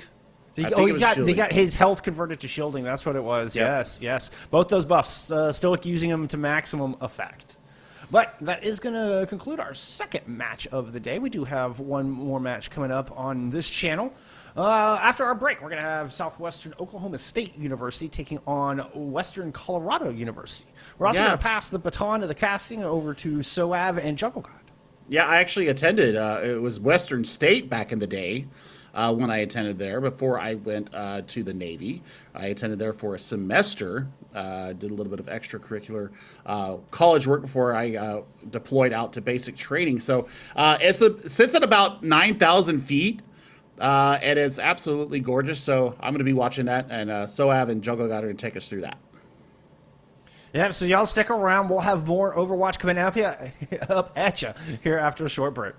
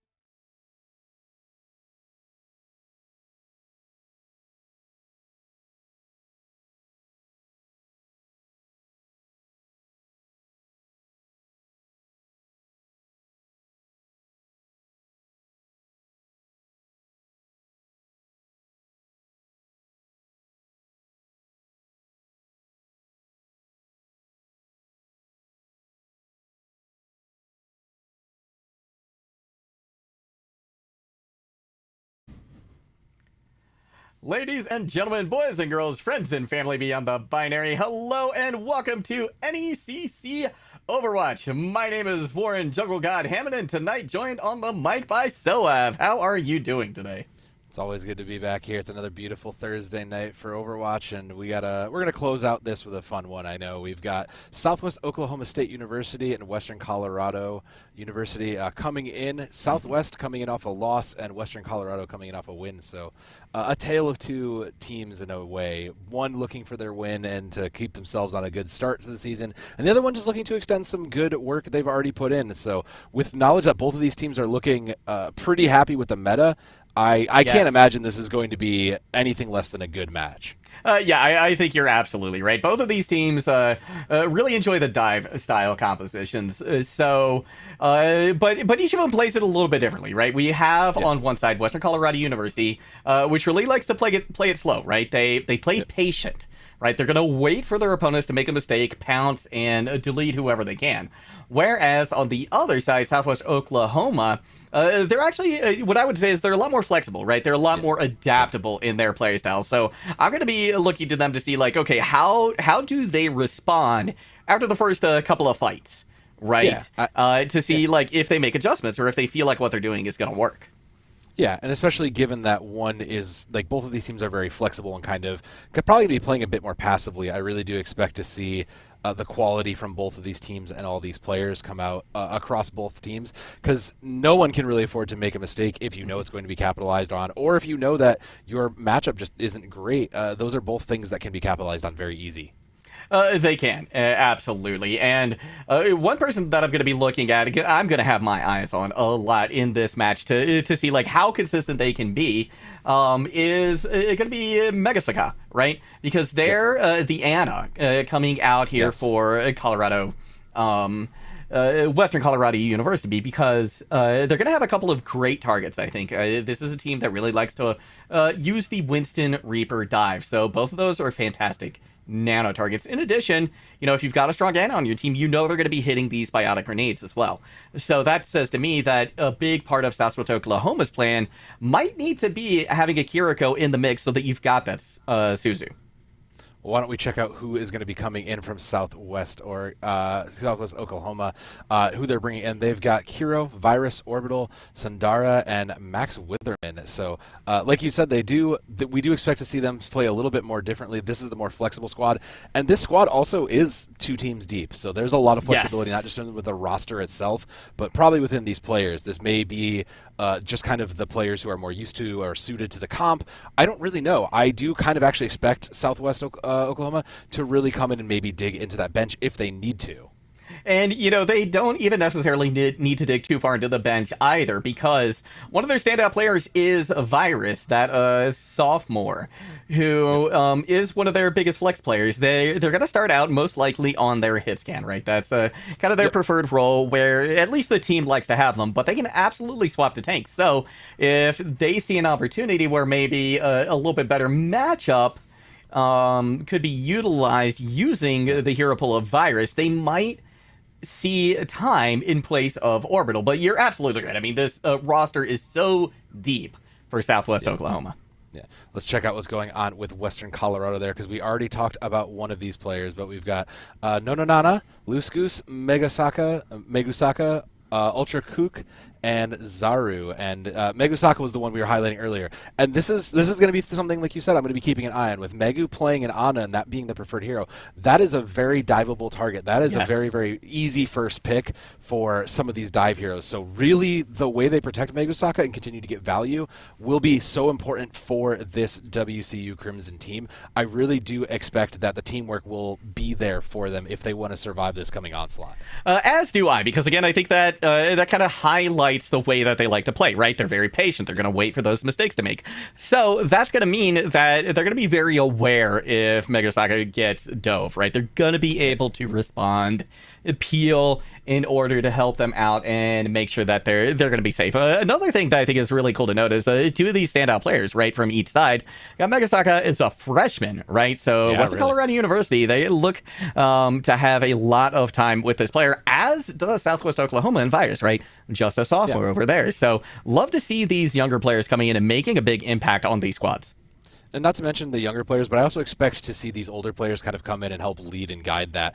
These seniors and juniors that are starting to work their way out of the systems can really kind of lead the team to advantage to really say, like, look, this is the style we've established and we played in the past. We see how you do. We want to work you into the system, and that's the kind of important thing that you need.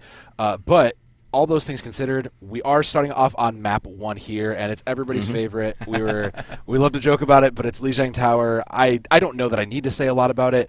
It's 3 maps we've all seen so much of that are, I mean, you have your strategies for them, and you kind of know what you're going to do. But given that we're playing a lot of dive, I do expect that each of these teams is going to have their preferred method to it. And here, in Control, interesting to see what they are going to do, because this is typically the home of brawl comps, of Junkrats, of really getting in faces. So should either of these teams really do opt into the dive comp, this is going to be a little bit harder. There's no real high grounds to maintain. There's no real sight lines that aren't flat or just blocked by walls. So I do think that this is an interesting meter to see what both of these teams do in regards to their kind of more brawl-ish comps. And given that Southwest Oklahoma is opening on with Orbital on the Ramatra, I do think they are looking a little bit more aware of that in some regards. They do say they like to play this Ramatra with fast and try to engage quickly, and I do think that this is a good comp to do it. On the other side with WCU Crimson, similar idea, but just different. They're just going to play the Winston. They do have Megasaka on the Ana. There's a little bit more burst healing out of that, and I do think that that may come to make a difference between the Ana and the Kiriko. Ana and Kiriko. Really just keeping an eye on both of those supports. Who kind of gets the more value in support will make a difference. Southwest Oklahoma as well, just doubling down into this brawl. Virus going over to the Mei as well. That could cause a lot of problems, right? And it could also kind of help to protect this backline, which is being dove right now by Nona. Going down pretty low, though, so they're going to be forced to back out. Max Witherman trying to layer in some damage from above. Virus going to be able to get the first pick onto Zaire Overwatch. So a lot of that burst damage that's coming out of Western Colorado University Crimson not going to be there anymore. We see them back off as a result. Yeah, there's just really not much they can do, and the Reaper will get punished out too. It is a very bursty comp, but I also do think that just given how safe this team from Southwest Oklahoma can play together, there's just a lot in their favor. That said, Megusaka is already more than halfway to a nano, so they'll have a little more time to build the rest of that going into this. I do see that probably going in the Winston to build a little bit more of the primal. Meanwhile, I mean, they're just going to struggle. They're just going to kind of probably have to commit this early to get in even. That's a good point. Either that or just opt for a different route, right? It's a little bit tough going through that choke. Already get sectioned off because of the Mei wall, but a nice bubble going to allow Nona to stay up. The nano has been delivered to them, but they're taking a tremendous amount of damage. Kitsune Rush coming out from Southwest Oklahoma, really the difference maker here, even allowing Max Witherman to burst through all of that health that Winston has. Now that one kind of trick for WCU Crimson is out of the bag, Southwest Oklahoma just has far more in their favor. The other 4 ultimates are online, and that's just kind of the way this economy goes sometimes. You just have putting out more damage, you just have more answers. So the problem for Southwest Oklahoma is just not to overcommit these. They have a great hold here, they just need to keep it up. Zaire likely going to have to be a big part of the solution here for WCU Crimson. Already starting off with a big pick. Zendara doesn't quite have that sound barrier online. Would have been useful if they'd been able to stay in this fight. Now, Southwest Oklahoma being forced to drop back to point. Dragon Strike going to cause a lot of problems on the high ground, and now WCU Crimson kind of has everybody where they want on Southwest University. They're going to be able to get a pick in. Actually going to be traded. Death Blossom out from Ultra. Going to be enough to pretty much clean up the rest of this. But still, 99% just about going to be on the board here for Southwest Oklahoma. And given that they are just literally 1 fight away, plus 2 ultimates still on board, they'll have Annihilation plus Sound Barrier. I mean, that's enough to keep Orbital in range to just kind of clear the point. This is exactly what we were expecting for Ramatra to do, just kind of get control of the point and make it difficult to stay there. It will be tough for WCU Crimson to hold this, and now they're even swapping into Zaire on the Tracer. Just try to build a little more pressure here and keep those fast characters going a little bit sooner, because they know they have a tough fight ahead. They absolutely do, and a big part of it is really going to hinge on Loose Goose, right? This sound barrier absolutely has to be there. In addition, they're going to be having to use the speed to keep their team away from the Annihilation, which has just come out from Orbital. So, a lot of damage coming in, but in the meantime, WCU Crimson actually coming away with a pick right here. Annihilation is gone as well, so the advantage now, honestly, in WCU's favor, especially considering a lot of damage, a lot of work being done with this Primal. Now the Kitsune rush on the back of that. Good thing, too, because Sandara has a counter pick for Southwest University, but with the tank Orbital going down, that's just going to leave everybody else a lot more free to get this damage in, so Crimson will hold. For now, they're going to recommit here, Juggle. They still aren't done, but want to win it now. They absolutely are not. Cairo recognizing an opportunity to use the Kitsune Rush. It's allowing Max to just put in a tremendous amount, a ton of damage. In fact, it's going to be a little too much for everyone on Crimson to handle. Blizzard coming in should seal the deal. Yeah, that's going to be all she wrote. No one there to touch. A lot of great zoning ultimates from Southwest Oklahoma here. Between the Blizzard, between the Annihilation, and the Kitsune Rush, just so many of these ultimates can buy space. This is a very space-controlling team, so you can't afford to get caught into smaller areas like that upper room. And they're very aware of just being able to kind of commit and layer these ults a little bit better, so a well-deserved win from Southwest Oklahoma. Now, the question is, are they going to change anything? Do they feel like they need to? And the answer is probably not. WCU Crimson probably also going to stay similarly. Megusaka is looking the Moira for now, and I don't know that I'm sold onto it. You know, I was promised Ana in a way. I kind of want to see the Ana. I know it's kind of being countered, but I do think that if you're going to play that, this Moira needs to get a little bit more value. It's kind of just a raw damage comp out of WC Crimson in a lot of ways. It does move fast, and it is more of a traditional dive, but you still do have very tough to dive targets on Southwest Oklahoma, so this is a tough opener for the Crimson squad. Made even tougher because Virus has opted to stay onto the Symmetra too. Yeah. Wow, and they have positional control. This is going to be a tough opener to break for Western Colorado. It really, really is. They're likely just going to have to give over point possession, right? Because the moment they step onto that point, they're going to be taking so much damage from so many different directions, and being slowed down by those turrets, all sorts of things. It's just going to make it really tough, but Nona does get a toe on the point, so they are contesting, but only for a moment. Just unable to stay, keep their foot on the point, but in the meantime, going to have a couple of picks either way. Now, it might come down to these Reapers on point, but at the moment, Ultra going down very low, forcing Wraith out will be Southwestern, and now Virus with that supercharged beam from Symmetra working overtime to give them their second fight win. We were talking about the flexibility of Virus and about how that would probably come into play here, and that's kind of it, and a lot of it was just recognizing that, look, they haven't shown us a Symmetra, they haven't shown us anything, let's just stay on this and hold this point control. So they were rewarded for just basically controlling this point and, you know, playing the first picks. They also are rewarded because now they're ahead in the economy, they have a little bit more to play with. Megusaka does have one ultimate on board, but it's kind of not going to do much on its own. They're going to have to use it quick, though, I think, as well, because already there's a lot of damage being done by Crimson. Here it is, going to be utilized almost immediately, and that's good. Right before they're able to really get anything else online. Wall comes out, but it's not going to be enough, so Crimson will take first possession of this point. All right, a good play. All right, I let it be said that I can be wrong. They did manage to get through it with just that, so... that being said, Crimson, you know, they'll start to build percentage. They do have a couple ultimates online. They'll have Primal, they'll have Sound Barrier, and they'll have Dragon Strike. Just finding the right place to put it and probably covering the point should keep Crimson in charge of this point. There is a Sound Barrier and an Annihilation on the opposite side, so they have a little bit to wear through. But a well-placed and a well-placed Dragon Strike should do the damage here.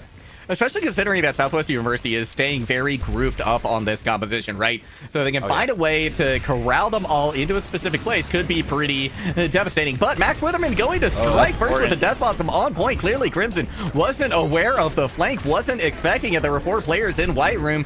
Means 1 left to do some damage. Primal coming out from Nona, which I like because it's going to allow them to at least get a lot more percentage on the board here. But there's only so long this Winston is going to last. And that was important, too, because their dying with that was kind of what they were expecting to open with. So great aggressive call making from Southwest Oklahoma. They are they are just in control, continuing again. So still have most of those ultimates up. They have Kitsune Rush plus Annihilation.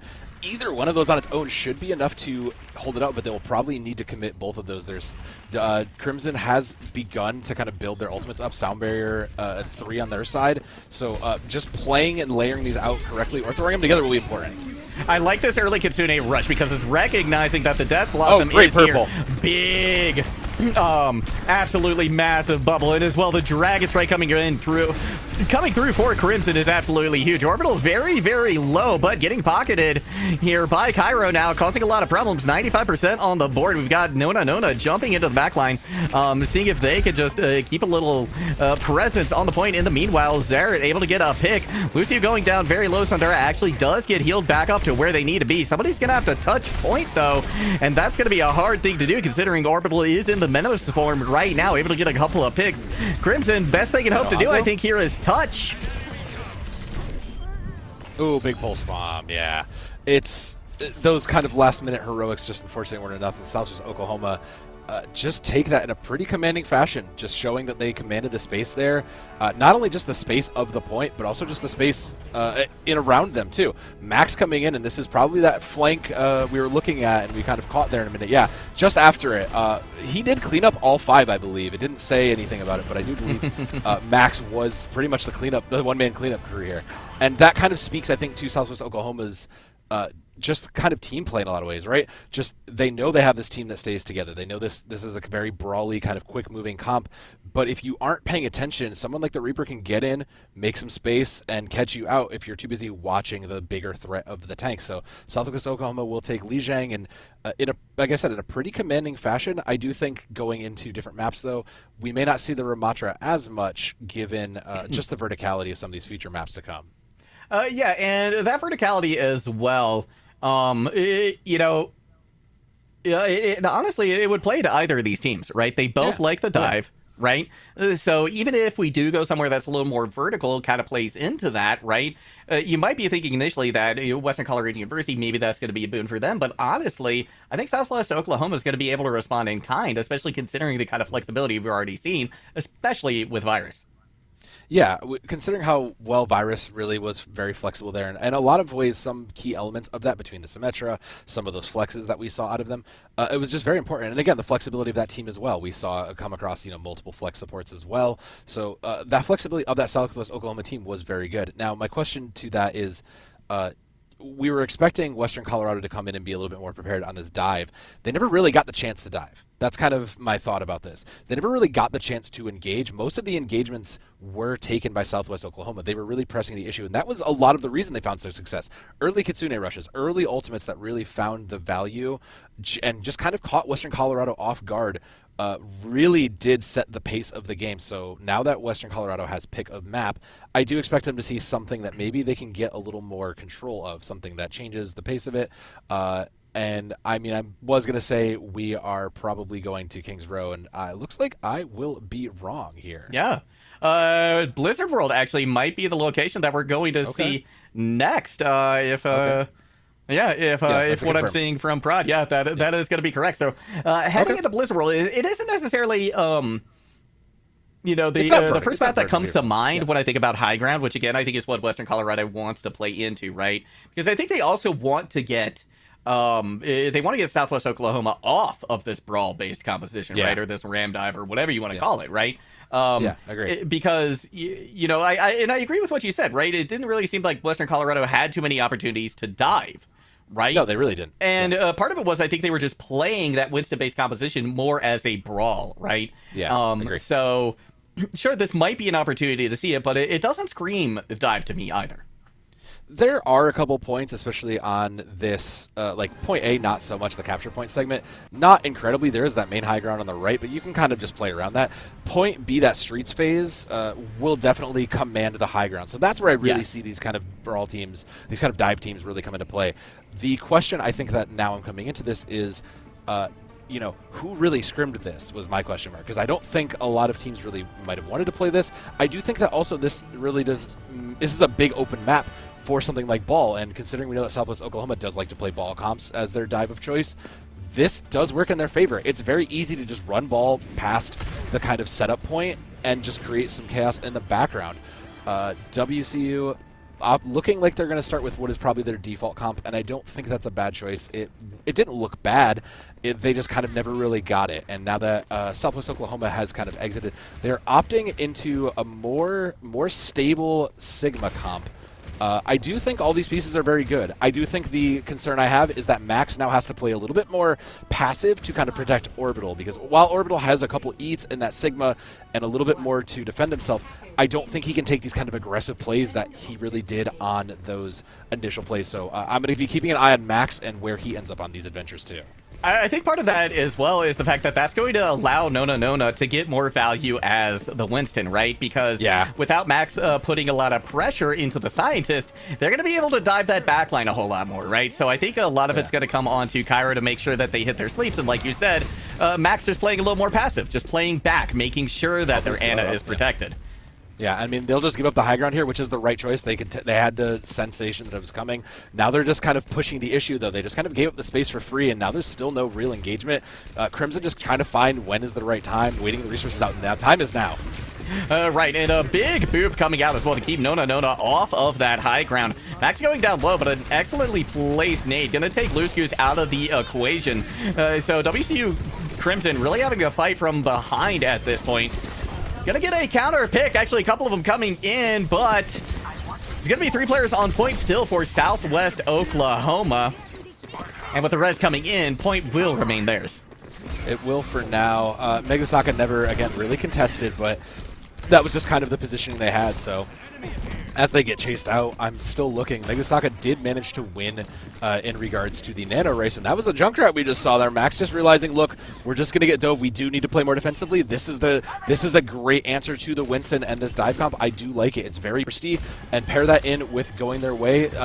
Southwest Oklahoma does look very primed to hold. Here comes the Nano Boost now onto the high ground this time. The boop does not come in, so WCU Crimson makes quick work of 2 of the biggest threats, honestly. Max going down as well as Cairo is huge. Of course, the res does come out onto the Ana, so a lot of those heals are back, and Virus striking back. This might not be over just yet. Southwest Oklahoma making a case for it, but a big anti-nade going into Orbital and no way to clear it without a Zuzu in play. Gonna make it difficult. Now the Primal as well. That's gonna pretty much negate the effectiveness of Orbital. They do, I say that, find an incredible accretion though after getting batted around by Winston. 2 points though, 2 ticks in favor of WCU Crimson. They at least at this point, if nothing else, have a win condition on the board. There is something to be had for that, and yeah, again, once the reinforcements came in and the resources ran out for Crimson, there was just not enough to really clean it out. In the neutral, Southwest Oklahoma has just kind of been winning, unfortunately, so swaps in, they're back over on the Hanzo. They do have this sound barrier. It'll probably be used to protect Ultra over on the Reaper, but there are just so many ultimates opposing them that it's going to have to be very sneaky to get value here, Juggle. It will, and that's not going to be sneaky enough. Yeah, so a big pick already in favor of Southwest University. At this point, Crimson just needs to back out and stymie the bleeding. Max going to go ahead and commit the Riptire as well. Finds Megasaka. Oh, that's crippling Crimson at the knees for sure. Yeah, so last fight is up, and this is a bit of a toss-up here. WC Crimson now has the ult economy in their favor. Because of that, they do have Sound Barrier, and they do have both support ultimates up. There is the Bob plus a Flux opposing them, but they should be able to find value versus that as long as they just play and counter off whatever Southwest Oklahoma throws at them. Oh wow. Another early pick. I mean, this is wow, Southwest Oklahoma's competition conversation. What's the word I'm looking for? It's a C word. Composition. It's their composition doing exactly what it needs to do, right? Poking from distance, getting picks before Crimson can even engage. And that's been kind of the concern, is they gave up the space and now they were playing very passively. Now they're really feeling it. Now they're still whole, but somebody has to make it, Juggle, and they might actually not get there in time. It'll be the Winston. That is an anti-nade on 4 members of the team. Nona is able to get a pick, but Megasaka's down before they can commit the Nano Boost as well. So this is all going to be no one's there. Fight, but no one touches. Yeah, that was my fear. Nona looked like they were trying to dive the comp and then realized there was no one to touch in time, and that was my fear. So just a little bit of a miscall, maybe a little bit lost to the madness. And I mean, I can't blame them. it's very flustering to kind of just get pushed back like that. That was a comp that looked very diveable, that looked very punishable, and looked very much like you could have felt like you could win it, and it just didn't quite come the way of the WCU Crimson. So they just kind of, it looks like they just fumbled a little bit, and now they at least have to have a chance to hold out a win. They just need to keep the 2 ticks off the board, and with that in mind, I don't know that they can continue to play this kind of brawl dive comp. I'm not sure it's shown the success that they want. This is obviously their most practiced comp. This is their most comfort picks, but they've just kind of shown that they're getting outclassed in various ways. And even just getting a look at Southwest Oklahoma, we're seeing a very different comp here. This flexibility coming out in their favor, and I don't think Crimson will kind of see it coming. I think they're gonna just get shocked by this Reinhardt charging them, and suddenly just find themselves on the wrong end of a quick loss if they don't recover quickly and focus out their targets. They need to get their mental together, kind of take a breath, and just get themselves in a position to say, look, we can't drop this. We are fresh off of a win. Let's keep this going. Let's get ourselves on this pick and get ourselves a win. Big part of that, I think, is also making sure that Crimson doesn't telegraph their dives quite so much. I think a lot of them got shut down before they started, simply because Southwest Oklahoma knew where they were coming from, right? That's going to be doubly the case right now on defense, right? It's going to be a lot harder to be sneaky, which in a lot of ways is kind of what a dive composition relies on. And so already Southwest Oklahoma, they're taking possession of the point. Massive anti-nade, though, coming in from Megasaka. Look at this positioning. A sleep dart as well. Max trying to dive the Ana, but Megasaka is just too powerful. No, that was just, unfortunately, again, there was just, I mean, just look at all the anti-dive that is out there for Southwest Oklahoma, and just kind of caught the run end of it all. They were trying to play the point a little bit quickly, and it looks like they will take it here and close it out. So Southwest Oklahoma making quick work in one fight of this Blizzard world. And I mean, Juggle, it's really hard because I just don't think Western Colorado was expecting that. I think they were just caught off guard and were just quite blindsided by the comp in front of them. Yeah, honestly, I think that's the key word here, right? I think this is incompetitive at this point. Yeah. You know, there's talented players on both squads, absolutely. I mean, we've seen some fantastic stuff, honestly, coming out of Megasaka for sure. God. But it just hasn't been enough, right? And they need to be a little bit more flexible. Because that's, you know, that's one of the hallmarks, I think, of Overwatch, right? Is this flexibility. Being able to swap, that is a critical part of the game. And when you're missing a critical part of the game like that, it's going to come back and bite you at some point. Yeah, it's really hard, especially if you are that predictable. If you're going to telegraph your comp and just know that we are showing what we are most comfortable with. This is our best comp. These are our best heroes, or what we think are our best heroes, because they may not be. But if you're showing constantly what you think are your best heroes, and your opposing team just goes, oh well, we could just probably counter most of this and feel comfortable doing so. These kinds of mismatches will just happen, and that's not to say anything to the players. That's just unfortunately great decision making from one team over the other, and it's hard to really say much other than that for those kinds of matchups. Well, we're going to have a lot more to say soon, but first we're going to send it to a quick break. Don't go anywhere. We will be back with map number 3 between Southwest Oklahoma State University Blue and Western Colorado University Crimson. Don't go anywhere.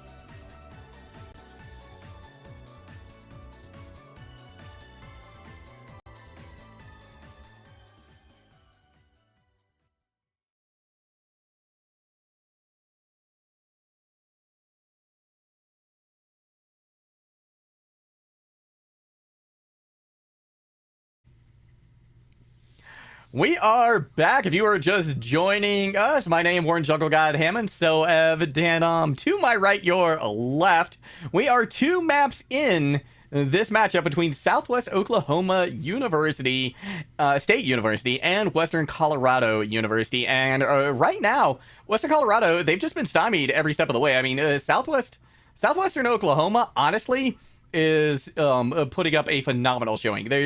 We were talking about it before, right? Yeah. And one of the things Western Colorado is looking to do is capitalize on mistakes. Well, that's a problem when your opponent isn't really making any.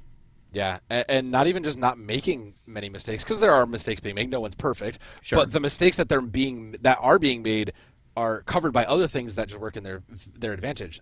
The comps that they're picking really help to kind of cover any mistakes. If anybody gets out of position, there's plenty of people to cover it. These kinds of choices of that, playing the pace that they are. I mean, just enabling Virus, allowing Virus to kind of just sit and have free fire over most of Blizzard World was so important. So really just not the pace of play also in addition to that really all works in their favor.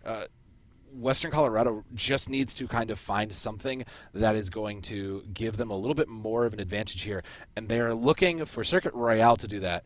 And I'm very interested to see that, because what we've seen and kind of what we know historically about Circuit Royale, this is not a place you play Winston. This is not a place you really bring in those kinds of dive comps. So I'm very interested to see what the thought is here. And I do think that this has to be a drastic change in a lot of ways. This is match point. They are the winning team. They are up 1-0 in the season, but they can't really afford, they don't want to go down to 1-1. So this has to be kind of like a Hail Mary. Let's make a full swap. We already know how to play Circuit Royale. We understand the concepts. Let's just put it on an even ground and try to make something big and drastic out of the side of Western Colorado, because I think it has to be now. It does, right? There's no time left to kind of make changes, make adjustments, and like you said, this map, it's one of the ones where you just almost exclusively run Sigma, right? Yeah. But if you're on attack, you can go with a Winston dive first. Jump over the buildings, maybe surprise the team a little bit, but that's only gonna work once, right?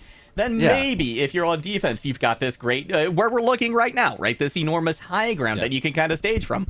But again, it's very limited situations. It's very specific moments in time. And you can't just play to that. You need to play to the whole map. Yeah, and the other thing to that is, as a dive team, you really need to be setting the pace and taking control of the space. And we haven't seen that out of Western Colorado University. We really have just kind of seen them playing for what they feel is the right moment. They lost so much time on Blizzard World, unfortunately, just kind of waiting for the right moment to die, waiting for cooldowns to come back, and unfortunately, it just kind of punished them. Southwest Oklahoma, we saw this Sigma before. We've seen Orbital do very well on this. Virus over now on the Widowmaker. The double hit scan is big. This is like a bog standard kind of a comp. You might have opted for Sojourn, but I do think the Soldier's a better pick here. So I have to assume Western Colorado knows this is coming, and they are going to try to match it, and I think that this is the correct choice here. I do think Megasaka over on the Brig is an interesting change of pace. Brig did get a little bit of a buff with all these changes coming in, and I do think really kind of enabling Megasaka here might actually be a little bit of a difference versus this kind of more fragile backline of Southwest Oklahoma. Especially if Crimson is able to close the distance, right? But not going to be able to do it that way, unfortunately, for Megasaka, sent back to spawn almost immediately. Crimson, they just need to bide their time. Yeah, you really can't force this 4v5. You can get a little bit of push here, but you're really just waiting on your hit scan now to come on top here. So it's going to be Zaire and Ultra to really come up and find an advantage here. Just find an angle, and they are searching. You can see it. They are going to be looking. It's going to come up to them to really set the pace.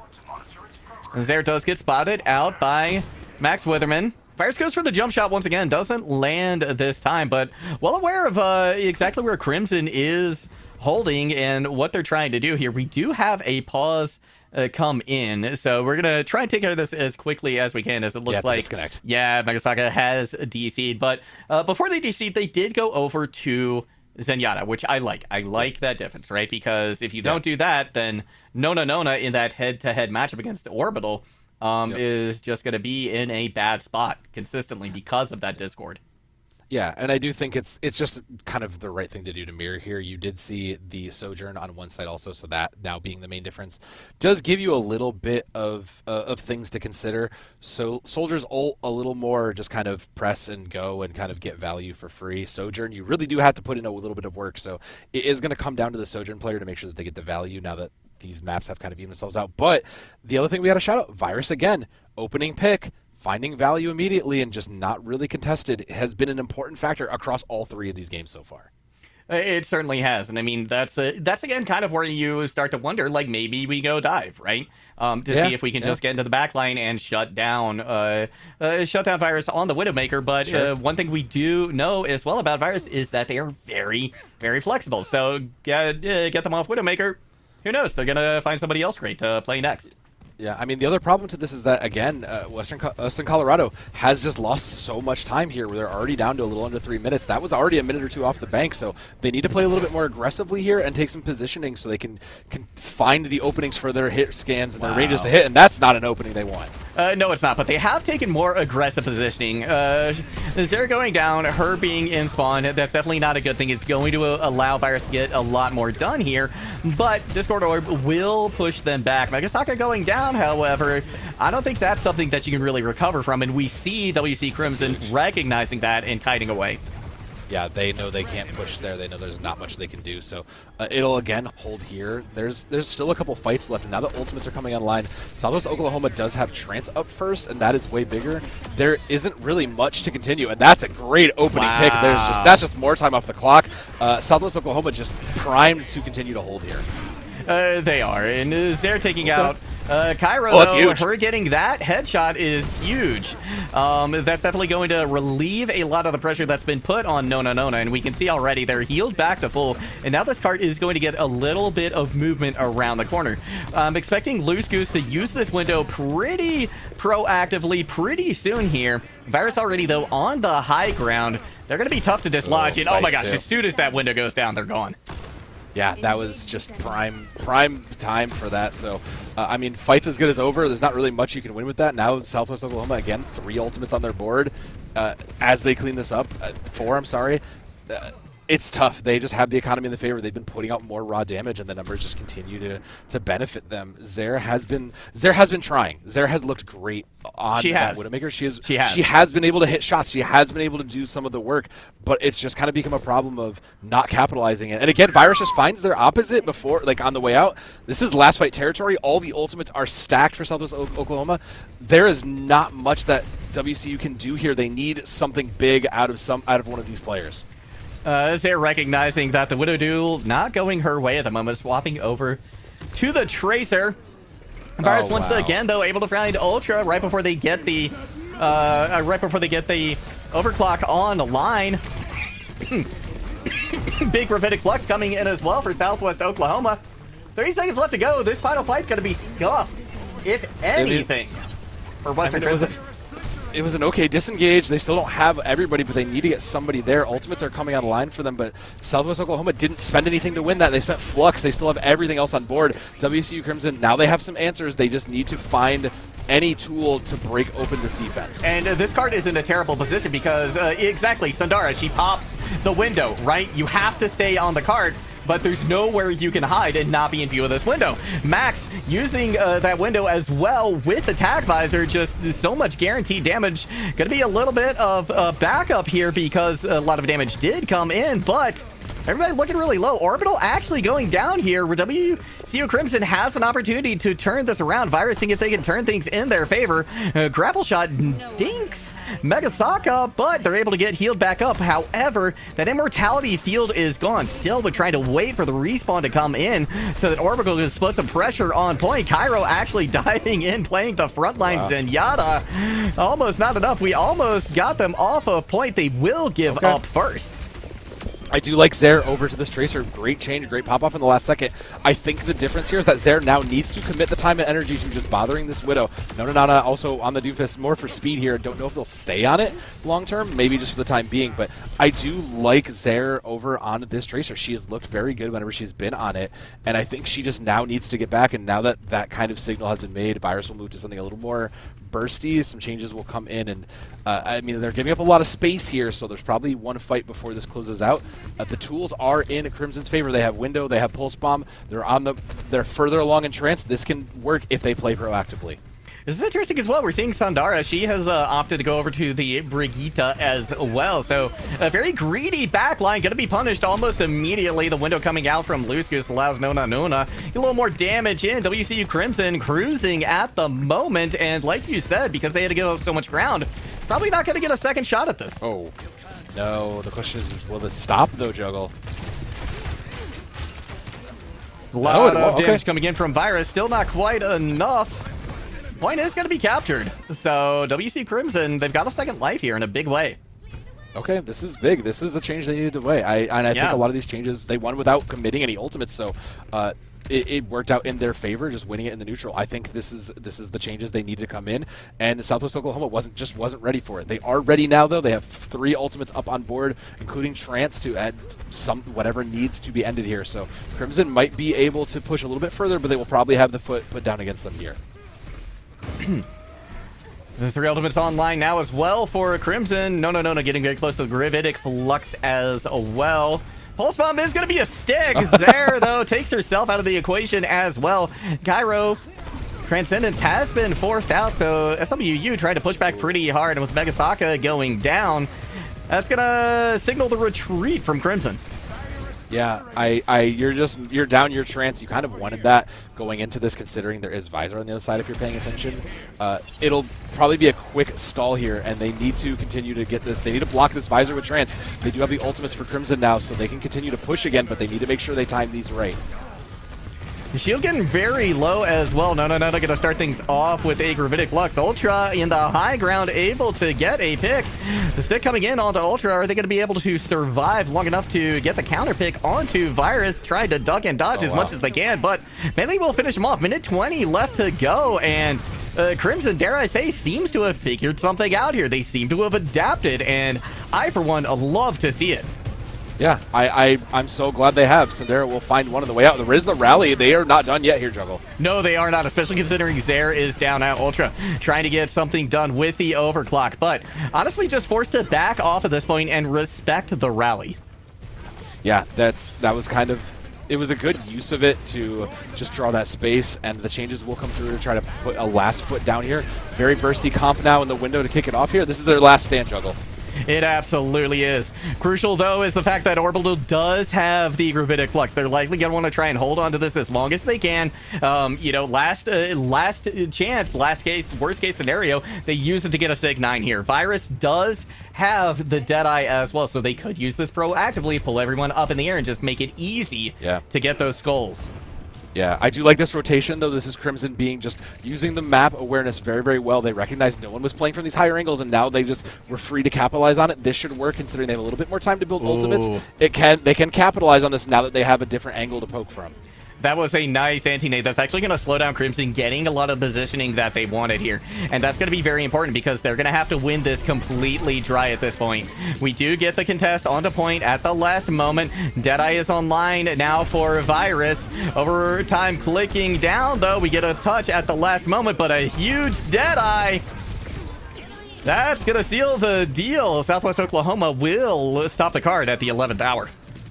Yeah, it was a bit of a slog there at the end, but they managed to kind of find the ultimates, find the pace they were used to setting. And again, I just don't think they were expecting it. I think they thought they had the read. Maybe they were expecting that they were still going to try to force this kind of Winston Reaper die brawl, and they were just kind of ready for it. They were met on their own level. So with a win condition for Crimson to stay alive here, this is a good place to go. They just have to get most of the clear. And I do think they found the pieces on the side of Western Colorado University. Zare has looked great on that Tracer. It is hard not to express, like, versus all of those other heroes, she has looked just fantastical. Just building those pulse bombs quickly and effectively, getting in the back line and harassing, I like that. I think that's something you stick with. Even the rest of these pieces as they change, I think have just looked very good. Megasaka over in the Brig, have some question marks here, but I do think it has gotten the value you might have wanted out of it. You do have a little bit more free just heal out of it. I kind of almost maybe wish you played double flex support again. Bring back the Zen, especially with Soldier out there.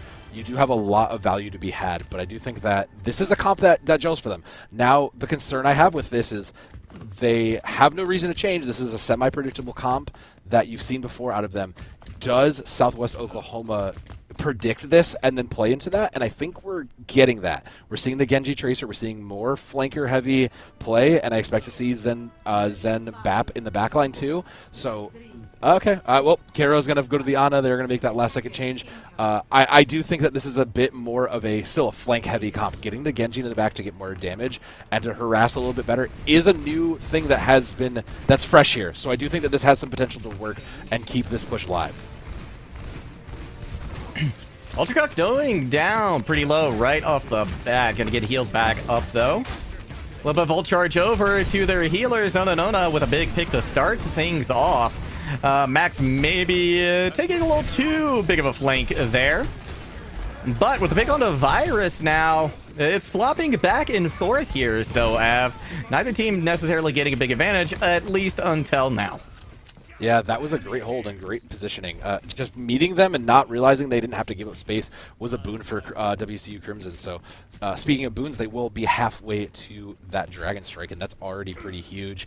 They could probably get it as soon as this fight, and that is enough to hold it as long as they catch someone out. The Kiriko will come in to try to buy a little bit more freedom and a little more stability in this comp, and I don't hate it. It's a little more free damage. It's a little more healing, and cleanse is always good. I would just keep an eye on Zaire now because now there's a matchup in the Hanzos, and we saw how that goes. Yeah. Zaire, unfortunately, that matchup going to go Virus's way almost immediately. So Southwest University going to get a lot of space here, but I like how quickly Crimson has kited away. Yeah, that was a good disengage, and again now Ultra going to give that up and move over a little bit more. Zaire does have a chance in this duel, but we've seen these Zaire Virus duels constantly go the way to Virus, so I'm watching that going forward. Zaire might not even want to necessarily focus, I think, on Virus at this point, and maybe just play out of their sight lines, just trying to put in a lot of damage to these shields that Orbital has. Gonna get the last moment contest here from Crimson. Loose Goose already has to use that Immortality Field, though, so that doesn't signal anything good for Crimson. And in fact, Southwest Oklahoma will get the first point capped. Yeah, all it cost him was a nano, and that's pretty fine. He used it to build up everything else. You have pretty good combinations across most of the board here. So, I mean, Flux Dragon's always good. A late pick is even better. You still have the Kitsune Rush too, plus Tac Visor. Just picking a combo and committing to it will be enough to keep Southwest Oklahoma Blue on the victory here. A rally from the Beyond? Okay, that's interesting. This is very early. Yeah, it strikes me as early as well. Virus striking with Dragon as well to see if they can split the team up a little bit. There will be the Gravitic Flux coming through now from Nona. In fact, that one's going to do a little more damage, especially with the Dragon Strike going through. So beautiful play there from Crimson.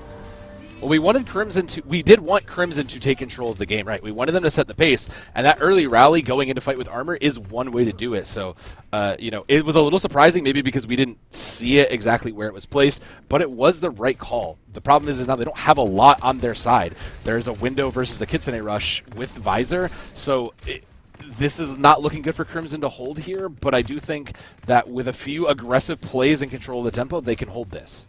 They're going to need to look for picks early as well, I think. So I think a lot of the impetus is on Zaire this time. Window does come out. Here's the Kitsune Rush. Max waiting for a moment to see when they want to use the Stack Visor. He's going to go and come out now. They found a nice flank into the backline. Big anti-nade as well from Cairo. Going to help get the job done. So Southwest Oklahoma will be able to capture this point. Yeah, I mean, it was probably expected just given the ult combinations on board, but again, with WCU Crimson just setting the control of the pace, they did look good. They looked like they could have probably set that off, but unfortunately just was not to be. So the finish line draws closer now, and considering that neither team has a lot, Virus does have Dragon Strike, but you can't necessarily win the fight on that alone. This positioning, though, is something you can win on. So this very high ground, just well stacked up together from Southwest Oklahoma, is a very, very good place to start this off as the card will roll around. So this positioning will help get them the rest of their ultimates in play and give them a good lead going into this turn. And it's going to bleed a lot of resources out of Crimson as well, right? Yeah. Because they're going to have to try and find a way to get around that corner. The only way they're going to do it is if they utilize some of their abilities, and then they're going into that fight at a disadvantage as well. Sonic Arrow from Zare, though, nice, lining things up. Beautiful shot on the Virus as well. So that is absolutely one way to start things off here in your favor. The anti-nade will come in.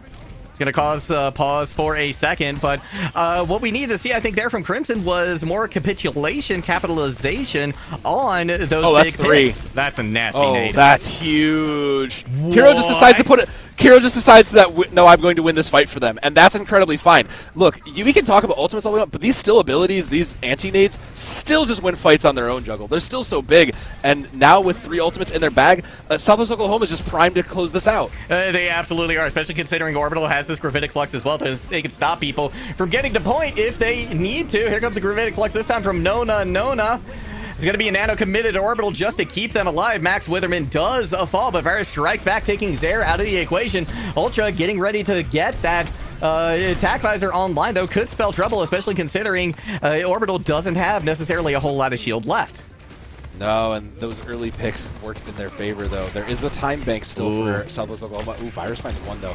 It's still going, Juggle. They're still not ready to call it. No, they are not. Megasaka has to use the Transcendence to try and keep their team alive. Oh, good shot. Big shot from Orbital. That's going to change things dramatically. And now the attack visor coming in as well from Max, seeing if they can turn things around. But honestly, that's just a win for Crimson because they get rid of another win condition. It was a little bit ambitious to think they could have won with what they had, maybe man down with that Kitsune rush.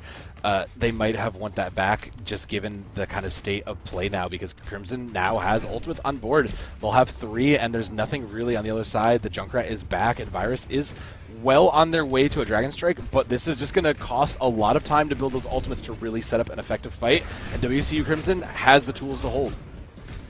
Virus going down again means that Southwest Oklahoma is in a tough spot. Cairo going down as well. This is just another very quick regroup here for Southwest Oklahoma. Yeah, I mean, Southwest Oklahoma just doesn't know where to look. There's a great crossfire coming in from the top ground, and there's just great holds across and creating crossfires from the side of WCU Crimson, so they are continuing to hold, and they're rewarded for it. 4 ultimates on board, again, just the riches of ultimates to fight through, and there's not much to on the other side. Virus gave up most of that charge to go to Tracer, feeling there's going to be a touch, and it's last fight, so a big mountain for Southwest Oklahoma to climb here. It's looking difficult for them. It certainly is. This is great to see coming out from Crimson. Tac Visor plus the Amp Matrix. Feels like it was a little bit early, though. Everybody just a kite away from it, so 2 of the big tools that Crimson had are now gone. Yeah.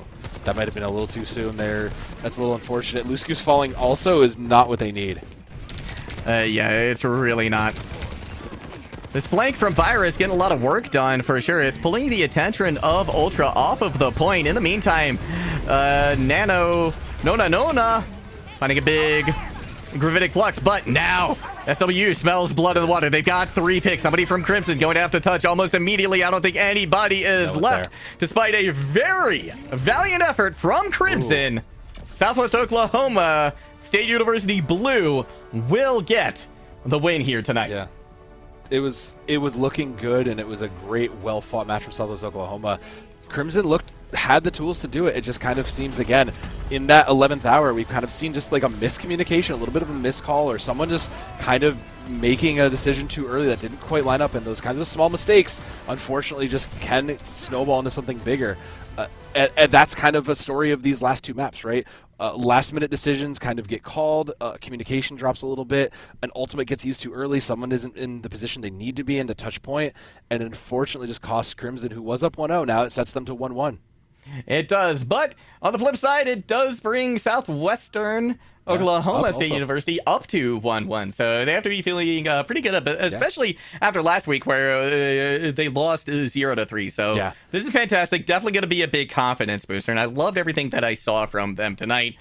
Crimson as well. You know, when they swapped, things looked good, right? We saw big improvements. And so, honestly, I think this is a team that maybe is more comfortable on a lot of compositions that they don't think they're necessarily that comfortable in, because that was a very close affair on that last map.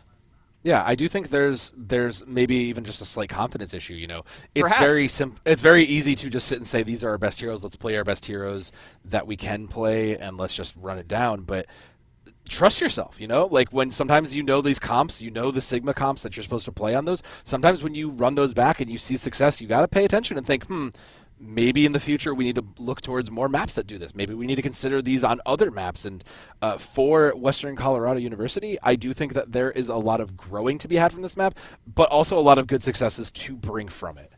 There absolutely are. Well, that is going to do it here for us, at least on the B stream tonight here at NECC. Thank you all so much for joining us in chat. Thank you, Soav, for casting alongside me, and as well, all of our production in with us as well. Big shout out to Hippie and Bryce Burr. Thank you all so much. Before we close this out, any final words from you, Soav? Just go on over and check the last of A-Stream. There's still one more game going, and there's plenty of good NECC action still left, so can't wait to see what the rest of these teams bring it this season, Juggle. All right, well, thank you all so much for tuning in. GG's, and see you next time.